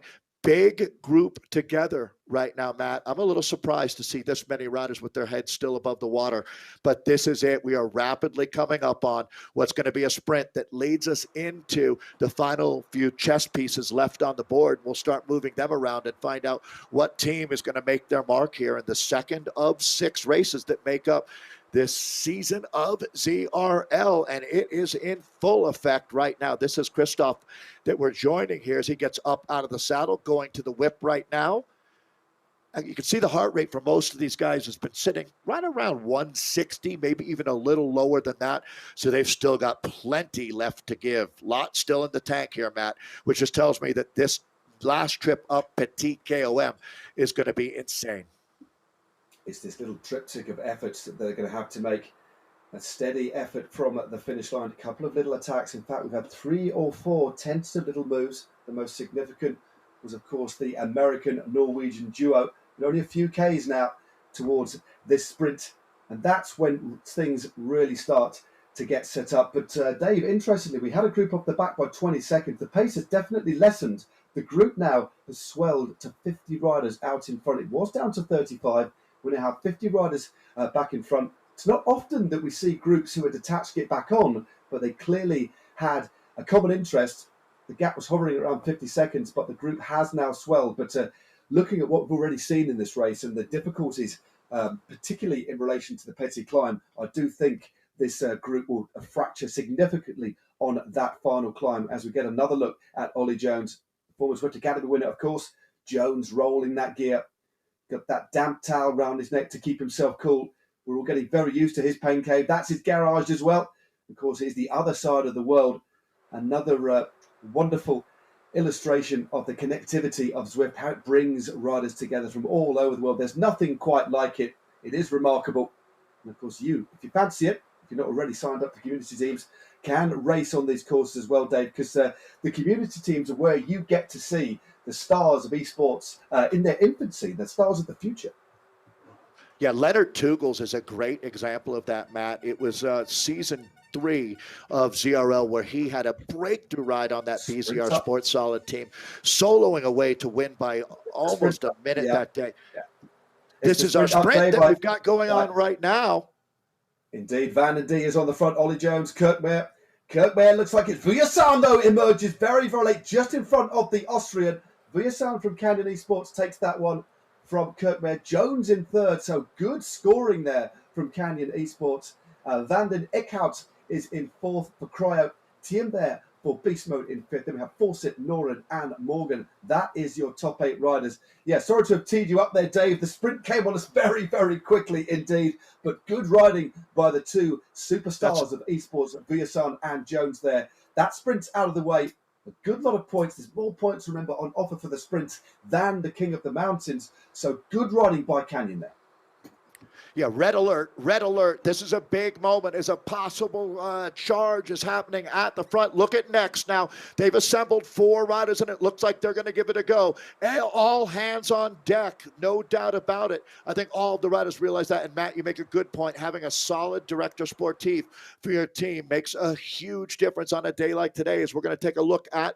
This is, again, Paul Odland, the New Zealander on World Elite Zwifters Oral 7. This is a team that's hungry to make their mark out here today. This is the second attack that we've seen from Paul. Yeah, must be feeling very, very good. It's only about 5 minutes ago since that previous attack. So hard to maintain the type of power you need to sustain out in front. But perhaps he's thinking of just this next King of the Mountains. That's coming up very, very shortly indeed. These 3 points on offerings, or the points on offer, come in very, very quick succession. There's only 1.5 kilometers between the Aqueduct Climb and the sprint, and then 3.5 k's between the 2 climbs. So Odin is on the lower slopes here. He'll be going through the timing chip, as it were, on the bottom of this climb. There it is. So straight into the bottom of this climb. He's got a gap of 2.3 seconds. This climb only short, 400 meters, but only 300 meters of it are uphill. He'll swing right, and then the road flattens completely to go through the arch. He's holding steady here, though. World Elite Zwifters, powered by Oral 7. He's looking good. Let's pan back a little bit. 1.7 seconds. I fear that he might get caught because he's got some big riders coming up. Lorio looking very, very good indeed from Finland, and Wahoo Lakal. He's won one before, but Lorio's going to take this. Well, looking very, very good indeed. Odin is holding on, but Vidal Mel and Leonard Tugels are coming up as well. But what a ride there by the finish rider. That's 2 on this climb. Lorio takes maximum points and looks to me to be continuing his effort over the top. Tugels in second. Brian Duffy Jr. there is in third. And Vidal Mel of Movistar rounding out the top 4. Well, I have to say that Teppo has made his mark in this race. As you can see, the Wahoo Lakal rider has got to feel pretty chuffed about the effort he's making. But there is one of my top 3 riders to win this race outright here today, that being Brian Duffy Jr. in the green and black jersey here for the next team as we go in cam with Teppo. Teppo looks like a fun guy to ride with, no doubt about it. There's a lot going on there, a lot to take in or unpack, as they say. But you can see that effort has been significant on the Teppo Lorio, but he's hanging on to this group. All right, open up the throttle, boys, because we are fully galloping. Let's go back and take a look one more time at the top of the aqueduct. Yeah, Teppo Lorio came through. There he is. He dropped the burrito, so great. Just snap the elastic. Undraftable for a radius of 2.5 meters. For a period of 10 seconds. Perfect timing, and carried that momentum, that real speed onto this flat section, and he had several lengths on anybody else. It was Vidal Mel who eventually crossed the line in second place for Movistar, but 2 from 2 for Teppo Lorio. And as you said, he does look like he's a lot of fun and happy to suffer for his craft and score some decent points for Wahoo Lakal, who have 3 riders in this group: Hugh Davis, Lorio himself, and Ben Russell as well. So a good day so far for Wahoo Lakal. But next up on the menu in a couple of K's time is the Petit Climb. There is the situation on the road. So good night so far, Dave, for Canyon Esports with 27. Kirkmare having a better night than last week in second with a level equal on points with Wahoo Lakal. World Elite Zwifters with 10. Same points as Team Swedish Zwifters. Then we have Beast Mode, BZR, Zwift Warriors, Toyota, and Fusion. So double the points, or more than double the points for Canyon Esports today. They've been very, very consistent, Dave. It's almost impossible to imagine how you beat them today. I mean, if next Enshored is going to do that, they're going to not only have to win the race, they're probably going to have to put, in my estimation, 3 riders in the top 7 to do it. So outstanding job. I guess it's truly, Matt, Canyon Esports being Canyon Esports. This is their modus operandi. It's what they do. Sometimes they lay back a little bit when you talk about the bonus sprints or the KOMs, but today it's just full throttle. So I see Bruce Bird, a rider there, another one of the Canadians that represents very, very well out here for the draft team, as we'll go in camera with Bird. Bruce Bird is notorious for late race attacks. They always put a little bit of sting in the legs, and one day it's going to be the Bird's day, no doubt about it. But right now it looks like Stefan Kirchmeier is moving himself up to the front. These guys are bracing themselves, Matt, as we are rapidly coming back up on this decisive final trip up Petit KOM. I don't think Petit, I would call it middle KOM, because this is nothing small about it.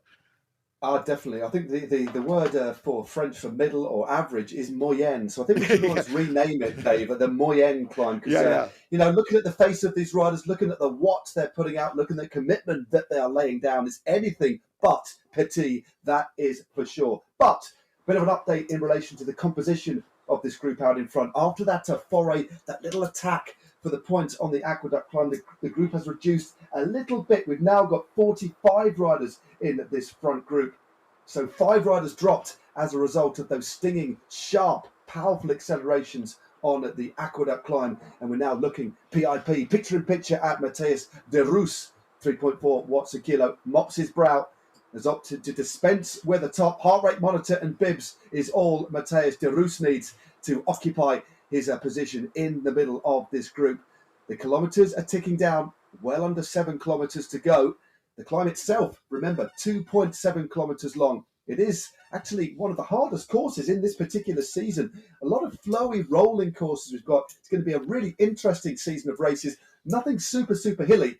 And the proposition tonight is one of the hilliest. A total elevation gain tonight of 310 metres and one of the longest races too, 46.64. But I think, Dave, looking at the timings, we could just potentially nip under the hour.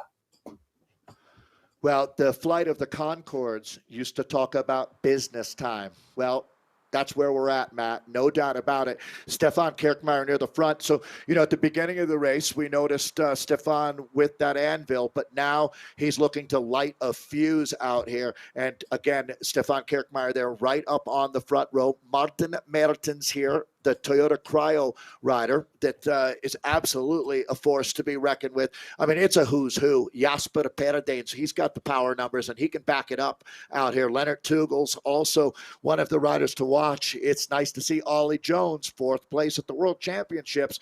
This is a climb that suits Ollie, Matt. The forward KOM that was the feature climb in the World Championships, not all that different than the climb that they're about to hit here. It's all about to go down in the ZRL. Today is a big, big day, and we are now locked and loaded. This is not a drill as we go to St. Louis, Missouri, right in the heartland of America, to pick up Spencer Segenbusch, a hard-working rider, and he's right there. Look at Canyon, 3 sitting up on the front right now. Yeah, Canyon looking very, very good indeed. Segerbrook, Jones, Vujasan 8th last week, the only rider in the top 10. They're looking to make amends today, that is for sure. And they're going about it very, very well. They're leading on points so far. Remember, at the top of this climb, we've got 5, 3, 2 and 1 points, and only 3.2 kilometres later, 50 points for the win. But Canyon do have 3 riders in the mix there. Several riders as well from Movistar. Brian Duffy Jr. moving to the front now for next Esports, powered by Enshored, 6.5 watts a kilo.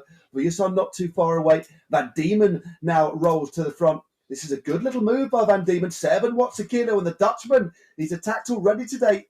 He's starting to go clear. This is the steepest part of the climb. Remember, no power-ups, no feather power-ups, should I say, on this climb.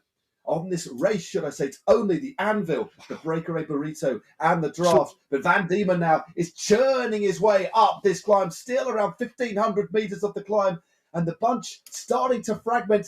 There is the draft heat map, and nobody at the moment in his draft, but he's riding very, very strongly indeed. 7 watts a kilo now, Dave, and he's storming up this climb, but not managing to open up too big a gap. 1.5 seconds right now.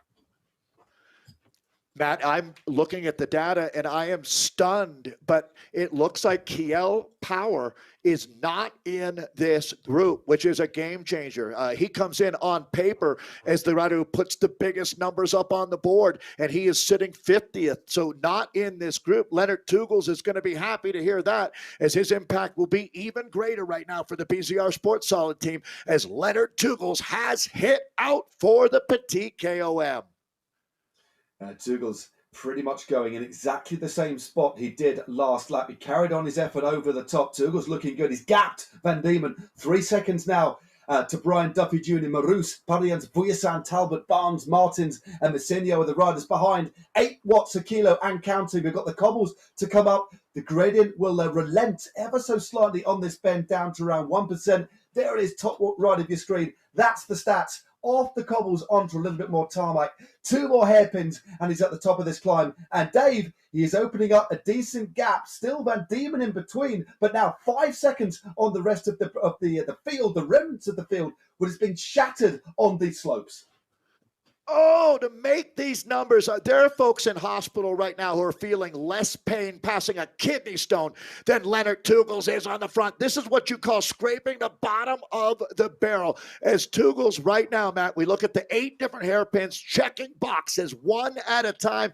But here comes Pim. Here comes Pim Van Diemen. There's the arch. Tugels is just going to get, wow, we'll have to go back and look at the back end API to see who was the first over the line there. Very, very close. I think I'm going to give it to Van Diemen with a late surge, but either way, those points have been scored. 5 for the first man over the line, 3 for second. We'll put those in the bank and now start charging to the finish line. Matt, this is it. Full gas now with about, let's call it 4K to go. Little less. Well, Tugels, as we said before, has ridden at Pro Con to level in the past. He knows how to put those big efforts in, but Van Diemen just took the points. It's very close that day, as you called. 3 points to Tugels, 2 to Jamrozic, and 1 to Laurio. But look at the gap now, 2 seconds for Tugels and Van Diemen. Both riders from the lowlands. Both riders working well together. The 28-year-old is on the front at the moment. As you said, redecorated as a pro. The rider's just coming up behind now. A couple of anvils are being dropped. Still a reasonably sized group at the front here. Let's have a quick look before the action commences on the back end of this race. Let's have a quick look at an action replay of that climb, just to see that action one more time before we get into the sharp end. Remember, only 2.8 Ks to go of this race. This is going to be the move from Pim Van Diemen here, just coming up and over the top to take the maximum bonification here. Leonard Tugels will still hold on and collect 3 points. Well, that's the final battle before this commences. The finale has now arrived. There's another look at that final KOM. Last chance to pick up points. Last chance for gas, as they say, as they'll have got 1 power-up there as well. We'll see who's going to have that very valuable, well, the burrito or the van are the 2 that you're going to be looking for now. At this point, Matt, we're just coming up on 2K to go. Big group together. Yeah, it's a big group together. And the amount of riders in this group, it's swelled a little bit. Still at least 25, 30 riders in that group. In fact, let's have a little look now. In fact, we only have 27 riders in this front group. And we have Gavin Dempster just moving to the front. We haven't seen Gavin Dempster much at all today. He's hidden in this, amidst this bunch. It looks like he's riding as ever in his bathroom. 1.6 Ks to go. This is the last chance to really optimize the use of an anvil. Look at the top right. That's the gradient. Minus 7% on this downhill section. Gavin Dempster looking good in the middle of this group.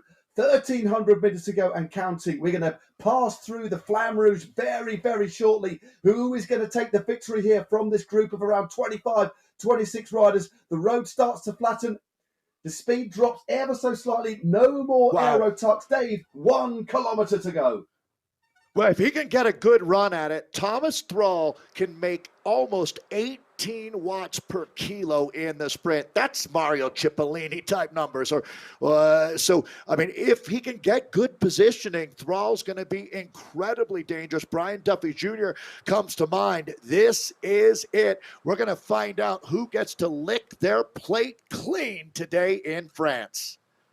Ollie Jones just on the front, Jambrosic there, Martins, Odlin, Dempster as well. The Scot, remember the finish line opens up with only about 150 metres to go. We've got another attack from World Elite Zwifters. Odlin goes clear. Well, Massinio, should I say. Massinio, with that amazing hair, has gone clear. Half a second, 12 watts a kilo for this man. This is quite amazing. Massinio in front. Leonardo Massinio of World Elite Zwifters. Thrall from Canada over the top. Kirkmare just behind. Kirkmare draws level. Kirkmare just goes past Thrall. Kirkmare from Austria takes it on the line. Kirkmare take it. What a ride by Stefan Kirkmare of Kirkmare E Racing Team. That was absolutely superb.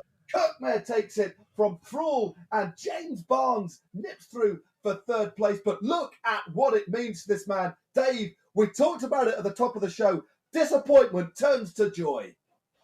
This is huge. Stefan Kirkmare is truly a lifestyle. This man has built a franchise around his Kirkmare esports team. It can't be any sweeter than what it is right now for the Austrian rider, Stefan Kirkmare. You know, this was a big, big one for that man. Great job, Stefan. Well, there we go. Confirmation, Dave. We both shouted the self-horse. That was an exciting, thrilling finale, but it is the Austrian Stefan Kirkmare who takes the win. Look at the numbers, 4.8 watts a kilo. Super ride from the Canadian from the Next Esports team. In second, third place, James Barnes. Another podium for him. Ollie Jones, the first home from Canyon Esports. Then we have Matthias de Roos of BZR, and the Spoldegger is there in sixth. Brian Duffy Jr. making it 3 in the top 10 for Next Esports. Riosan Guld Demrosic rounding out the top 10. Let's have a quick look at page 2. Mercedes after that early attack with that wonderful afro hair in 11th. Eddie Houle is in 12th. Vidamel of Movistar 13th. Then we have Larson, Nair, Dempster, Turgles, Van Diemen, Christiep, and David Tolbert of Saris rounding out the top 20. Dave, before we throw back to the studio, last word from you, sir. Yeah, as all the dust settles, I think Next, presented by Enshored, did it. We were talking about they needed to get 3 in the top 6. Well, I think they got 3 in the top 7. That's close enough to what I was talking about. This is a team sport. And Next, presented by Enshored, I think that they really showed their depth here today. Even losing Kiel Power, they were still able, in my estimation, to deliver the goods. What a ride out there today. This is a fantastic course. Thanks a lot, Matt. I'll throw it back to you. Well, thanks very much indeed, Dave. I do believe we'll be popping back to the studio very shortly indeed. But that certainly was. We had a spectacular racing across the board in round 2 of the ZRL. Zwift Racing League, Casse-Pattes surely did deliver as we continue to see riders crossing the line here. And it was just under the hour. It was, in fact, 59.15. There's another little shot of the finishing straight. 200 metres to go. We still can't actually see the finishing line until now. Thrall, good timing by the Canadian. But just look at this. And look, Dave, as well, at the draft being used there just at the right time. So not only delivering the power, but the skill and the timing to drop the power up just at the right time. Completely and utterly optimized. I have to say that's incredible that he's able to make that, that 17 watts per kilo and still deploy the power up. Stefan Kirkmare, I would have to say a command performance out there today. And again, how about James Barnes? He's got a win and a third place now, looking at our preliminary results out here today. So Barnes has been absolutely en fuego along with his Next team. The riders continue. Well, another cracking race there. Fair play to Stefan Kirkmare. That was some sprint finish. We'll dissect it a little more later on with some full results. I'd say the race followed a fairly similar pattern to the women's. A little less selective early on. That was a much bigger group at the end of lap 1, 35 as opposed to 20. More riders then came and joined them again before that hectic finale at the end of lap 2. Again, though, still a big bunch contesting the finish. Hannah is back with me in the studio. Hannah, what did you make of that? We'll start with the men's race, first of all. Yeah, it was surprisingly larger, that group, than I anticipated it to be. I thought it would be much more whittled down. We did see it was very active. They weren't just waiting for the intermediate sprint or the king of the mountains. They were going on that flat running, the 12-kilometre pan flat section where riders were trying their luck to try and gain a gap, and a number of riders did so, didn't they, to try and break things up and try and go for a long one. So for me, going into that finish, it was much larger and in the end, more or less a bunch sprint, but the climb did do some damage. A few riders were getting tailed off and got themselves back on that descent. They did indeed. Right, we can head over to the results now. So we've got the team standings. You've seen the individuals. Here we go. Next, Esports, powered by Enshored, take the victory for the second week running. Quite a comfortable margin, actually, over Canyon Esports. We've got the Kirkmayer E-Racing team, Stefan Kirkmayer's eponymous racing team there. And then BZR Sport solid in fourth, and then joined fourth, in fact, actually, sorry, with the Movistar team. So yeah, like I said, second week running, Canyon Esports had a bit of a lead going into that final. They'd obviously mopped up a few more intermediate sprint points than Next Esports, but again, the finishing power of Next Esports, powered by Enshored, 3 riders, in the top 7. That's pretty good going, isn't it, Hannah? I was just going to say, it shows that it's not all just down to those intermediate points that the riders can collect.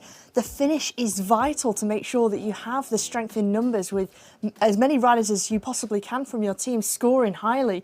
It might not equate to the individual victory on the evening, but to place 3 in the top 10 gave Next Esports, powered by Enshored, the victory there in the team classification. So it just shows, although Canyon had such a large lead earlier on, it was overhauled in the end. Yeah, I mean, there weren't many points on offer for those KOMs, were there? Just 5 for the first across the line. And not want to take anything away from Stefan Kirkmayer, but Tom Thrall, great second place, but also James Barnes, winner in week 1. I actually caught up with him earlier on today. Unfortunately, we didn't have time between the races to show you the interview, but he was a debutant in the Premier Division last week, and here he is back to back. Although apparently, actually, we can hear that interview. We've got it now. If we can head over to James Barnes. This was filmed before the race today. Hey, I'm James Barnes. I'm from South Africa, living in Auckland, New Zealand. I ride for Next, powered by Enshored. So, James, last week you took a pretty awesome personal victory and led it home for the team as well. Can you talk through your tactics for the race? Yeah, like the tactics in terms of, we'd been discussing it, I'd say probably at least over a week before, and then we'd also done quite a few team rides beforehand. So we'd done a lot of homework in terms of beforehand, a lot of prep for it. We'd ridden the course a few times as a team and also done a few pre-races on that course as well, so that we're able to scope out the finish, particularly because we knew it would be very tricky, A, with that descent, and then B, with there's like a little bump, literally 400 meters from the end, so your timing is absolutely crucial. You know, I never thought I would take that victory in the sense because of the names. And, you know, you look at these people like Lionel Versan, you know, Ollie Jones, you know, Stefan Kretschmer, you know, all those big names that have huge history behind them. And you look at their performance and you're like, wow, you know, I rode the 3 seasons of community before that, and I've always wanted to get to Premier. To pull out that victory was just, you know, fairy tale. I had to be I promise you, I was pinching myself, you know, and when I heard the playback of like Matt shouting my name, I was fanboying so hard. Power-ups being used everywhere. There's a flotilla, a flurry of power-ups with 300 metres to go. Brian Duffy Jr. in the front, Thrall there, De Roos, Messinio, Duffy's dropped back, Maroos is in the front, Mel is there as well. Messinio's moving up, Tom Thrall is moving through, Barnes is in the front though. Barnes, it looks like he takes it on the line. Well, Barnes was leading, going through. How much weight are you going to put towards the intermediates versus finish line points? It's definitely something you can't forget about the intermediates, but then again, you have to make sure you're in the right place and you don't burn those matches before that KOM. You guys going to win the league? Anybody can win the league, but hey, we got a dream. And I think you say, like, you know, seeing the guys and seeing the depth of the riders in the team, nothing, you know, we can only reach for the stars and land on the moon type thing. You know, we can definitely do it. Well, the moon is looking that little bit closer, I think, for the Next Esports powered by Enshored team. James Barnes there. That was the race wins from last week, of course, but that is the rider behind the avatar, so to speak. Now, we've got the results, more results from the men coming in now. So this is the overall standings. Coming in shortly, I believe. just whilst, here we go, there we go, right. So next, Esports, powered by Enshored, at the top of the tree with a maximum 40 points at stake. But again, Hannah, we touched on this earlier, didn't we? With just 1 point separating each of the positions, they've got to be so consistent. Canyon Esports just 2 points behind, despite having finished second the last 2 results. But the gaps are starting to open. You look at Movistar E-Team, they're in 3rd place with 34 points. 6 points they've got to find on Next Esports powered by Enshored now. So although there's only 1 point in that team classification between each of the teams come the end of the evening, it does start to rack up, and as you go into the 3rd week, if we see this upward trajectory and the continuation and the consistency of Next Esports, they're only going to start to pull out that gap, aren't they? Well, yeah, so here's a question for you then. Out of your experience of covering the last 3 seasons, at this point, we've got 4 rounds still to go. Have we got our future winner there in the top 3, or can teams make a push from lower down the league, depending on? They can. I think it certainly can. Perhaps not from the very bottom, but it's not all over for any of the teams to claw back points on Next Esports powered by Enshored. It's still 4 more rounds to come. Next week is another hard course for the riders. Don't forget, we've also got the team time trial as well. So it's all that consistency, isn't it, from each of the teams. No, it's not all over until we finish round 6. No, that's right. So we got 2 more points races, and then we got the team time trial. Race 4 is going to be a particularly tough one. That's on the Yorkshire circuit, and then another points race to finish off there. Now, we haven't had much time to dissect the women's race yet, Hannah. It was a really close run thing between the 2. Canyon Esports taking the win, Hino second and Aeonian third. A second consecutive win from Lois Adegais, though. Canyon seemed, to my mind at least, to be racing with a little bit more confidence. Do you think it was the fact that they felt the course suited them a little bit better? I think so, and they made one change within their roster from last week to this week. So they brought in Kristen Falk to the squad, and I think looking at the courses, bringing in riders who suit each course, it's as we would do IRL, isn't it? You put the riders in who have that forte for each course, and today was much more hillier than last week. The Kristen Falk, we saw how strong she was. And just as a whole, Canyon Esports had 5 riders in that leading group when there was only around 22 riders left in the race. So to be in such a strong position, I think that added confidence, that's added motivation to see you have all of your teammates with you in that leading group, and they just played it really, really well tonight. I think they did, didn't they? But there was no stopping Adegais in that sprint. No. I mean, she has got some sprint on her, hasn't she? And also the way she times it to perfection. She had that draft power up as well going into that final. And with 100 metres to go, 120 metres to go, Wilkinson was still in the lead. 100 metres to go, shoulder to shoulder, and then Adegais started to pull clear. But having that power up and when she deployed it, it was timed to perfection again for Adegais. Yeah. Now, we caught a short glimpse of the women's overall standings. We'll go back to that now, get a bit more time to dissect it. Certainly what stood out for me was the fact that we've got 3 teams on 38 points. So that is very, very tight at the top. Look at that. Canyon Esports, Hino Racing, defending champions, and Aeonian Race Team, all on 38 points. And then we've got 2024 and Movistar as well, rounding out the top 5, all really closely packed together. Yeah, they are still really nipping at the heels, but that the rivalry now really starting to build with all those 3 teams still scoring on the same points at the moment with 38. So it's going to be very, very close all the way until the finish, and it's very different to any other season we've seen in the ZRL. Fantastic. Right, we should probably, given how much we talked about that anvil at the beginning of the show, let's come back to it now. To my mind, that didn't shape the races like we thought perhaps it could do. What did you make of it? Yeah, I have to agree. I think we thought perhaps would have provided the springboard, the perfect springboard for a rider to go long. And it's not through want of trying.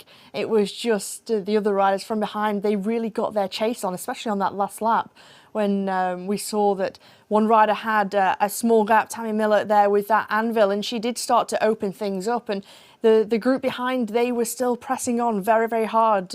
Miller went over the top, caught Hansen, who had taken maximum points up there. In the end, it was quite scattered on the steeper parts of the descent, but ultimately all coming back together, led here by Heino closing that gap, and also the rider from Saris. Yeah, to my mind, it's very much like real life, isn't it? When one rider really struggles to make headway on a descent, and even with that added extra of the anvil, it's not quite enough. You need a relatively sizable group, I think, don't you, to hold off a concerted chase from behind? Yeah, I think it's certainly.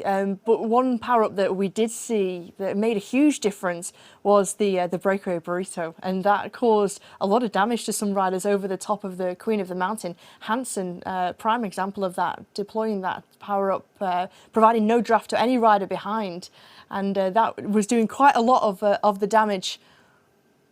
Yeah, here we go. We can see now this is coming up to the KOM on the second lap. Wilkinson had deployed the burrito, hadn't she, to get that gap? But as ever, it's the draft boost. I mean, again, in real life, is there anything better than getting a slipstream? Like, I mean, it really is the most potent power-up you can get, isn't it? It certainly is, and you know, that's what we always speak about, isn't it, in IRL. Make sure you use that slipstream of the riders around you. When you're in the bunch, try and save as much energy as possible. And that's what a lot of these riders had done, but also using those power-ups to the best effect. Even the draft power-up into that finish, using the draft into that finish for Los Arakist, primarily that slipstream going into that finish line. Yeah, well, here you go. We're going into the final 500 metres of the women's race here. Hannah, talk us through it from where you're sat.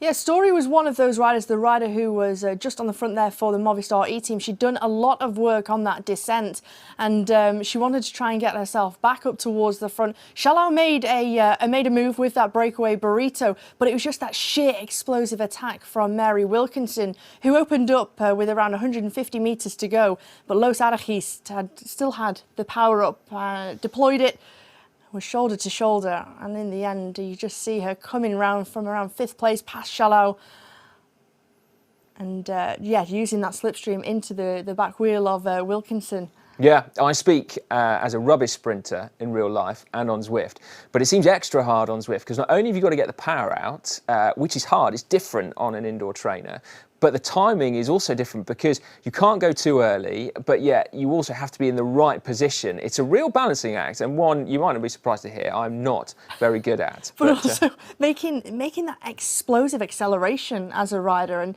as we keep saying, it's timing that effort to perfection, not going too early in the sprint. Also not leaving it too late that your rivals have already got that jump on you and you've got a lot of ground to make up, and there's nothing more heartbreaking, is there, when you have something left to give but you haven't quite managed to get all of your effort out and you're already at the finish line. True that.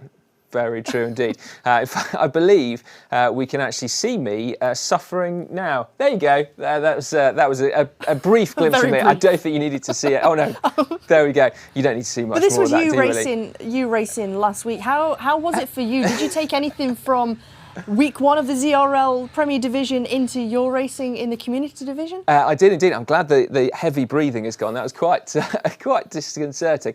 I did take something from it, actually. I knew that positioning was going to be critical going into those intermediate sprints, and I wasn't going to contest them because I can't really sprint, but I wanted to make that split, and actually that did work out. And GCN finished 5th. Yeah. Well done. Thank you very much. I'll take that. Yeah. So onwards and upwards for Team GCN. All right, Hannah, let's leave it there for tonight. Thank you so much for your insight. Your commentary, as always. You'll be back here next week joining us on the sofa, won't you? Certainly will. So there we go. That was round 2, ladies and gentlemen, of the ZRL Premier Division. Best of luck to those of you who, like me, are facing 2 laps of the Casse-Pattes tomorrow in the lower divisions. Take plenty of water and probably a gel or 2 as well, because that turned out to be quite the long, tough race. Next week, we're in Watopia, Zwift's spiritual home. Riders will be facing 6 laps of the 2 Bridges loop, and like week 1 and 2, it's a real racer's race, so expect more full gas racing from the gun. We'll be back bringing you every second of it next week. See you next Monday.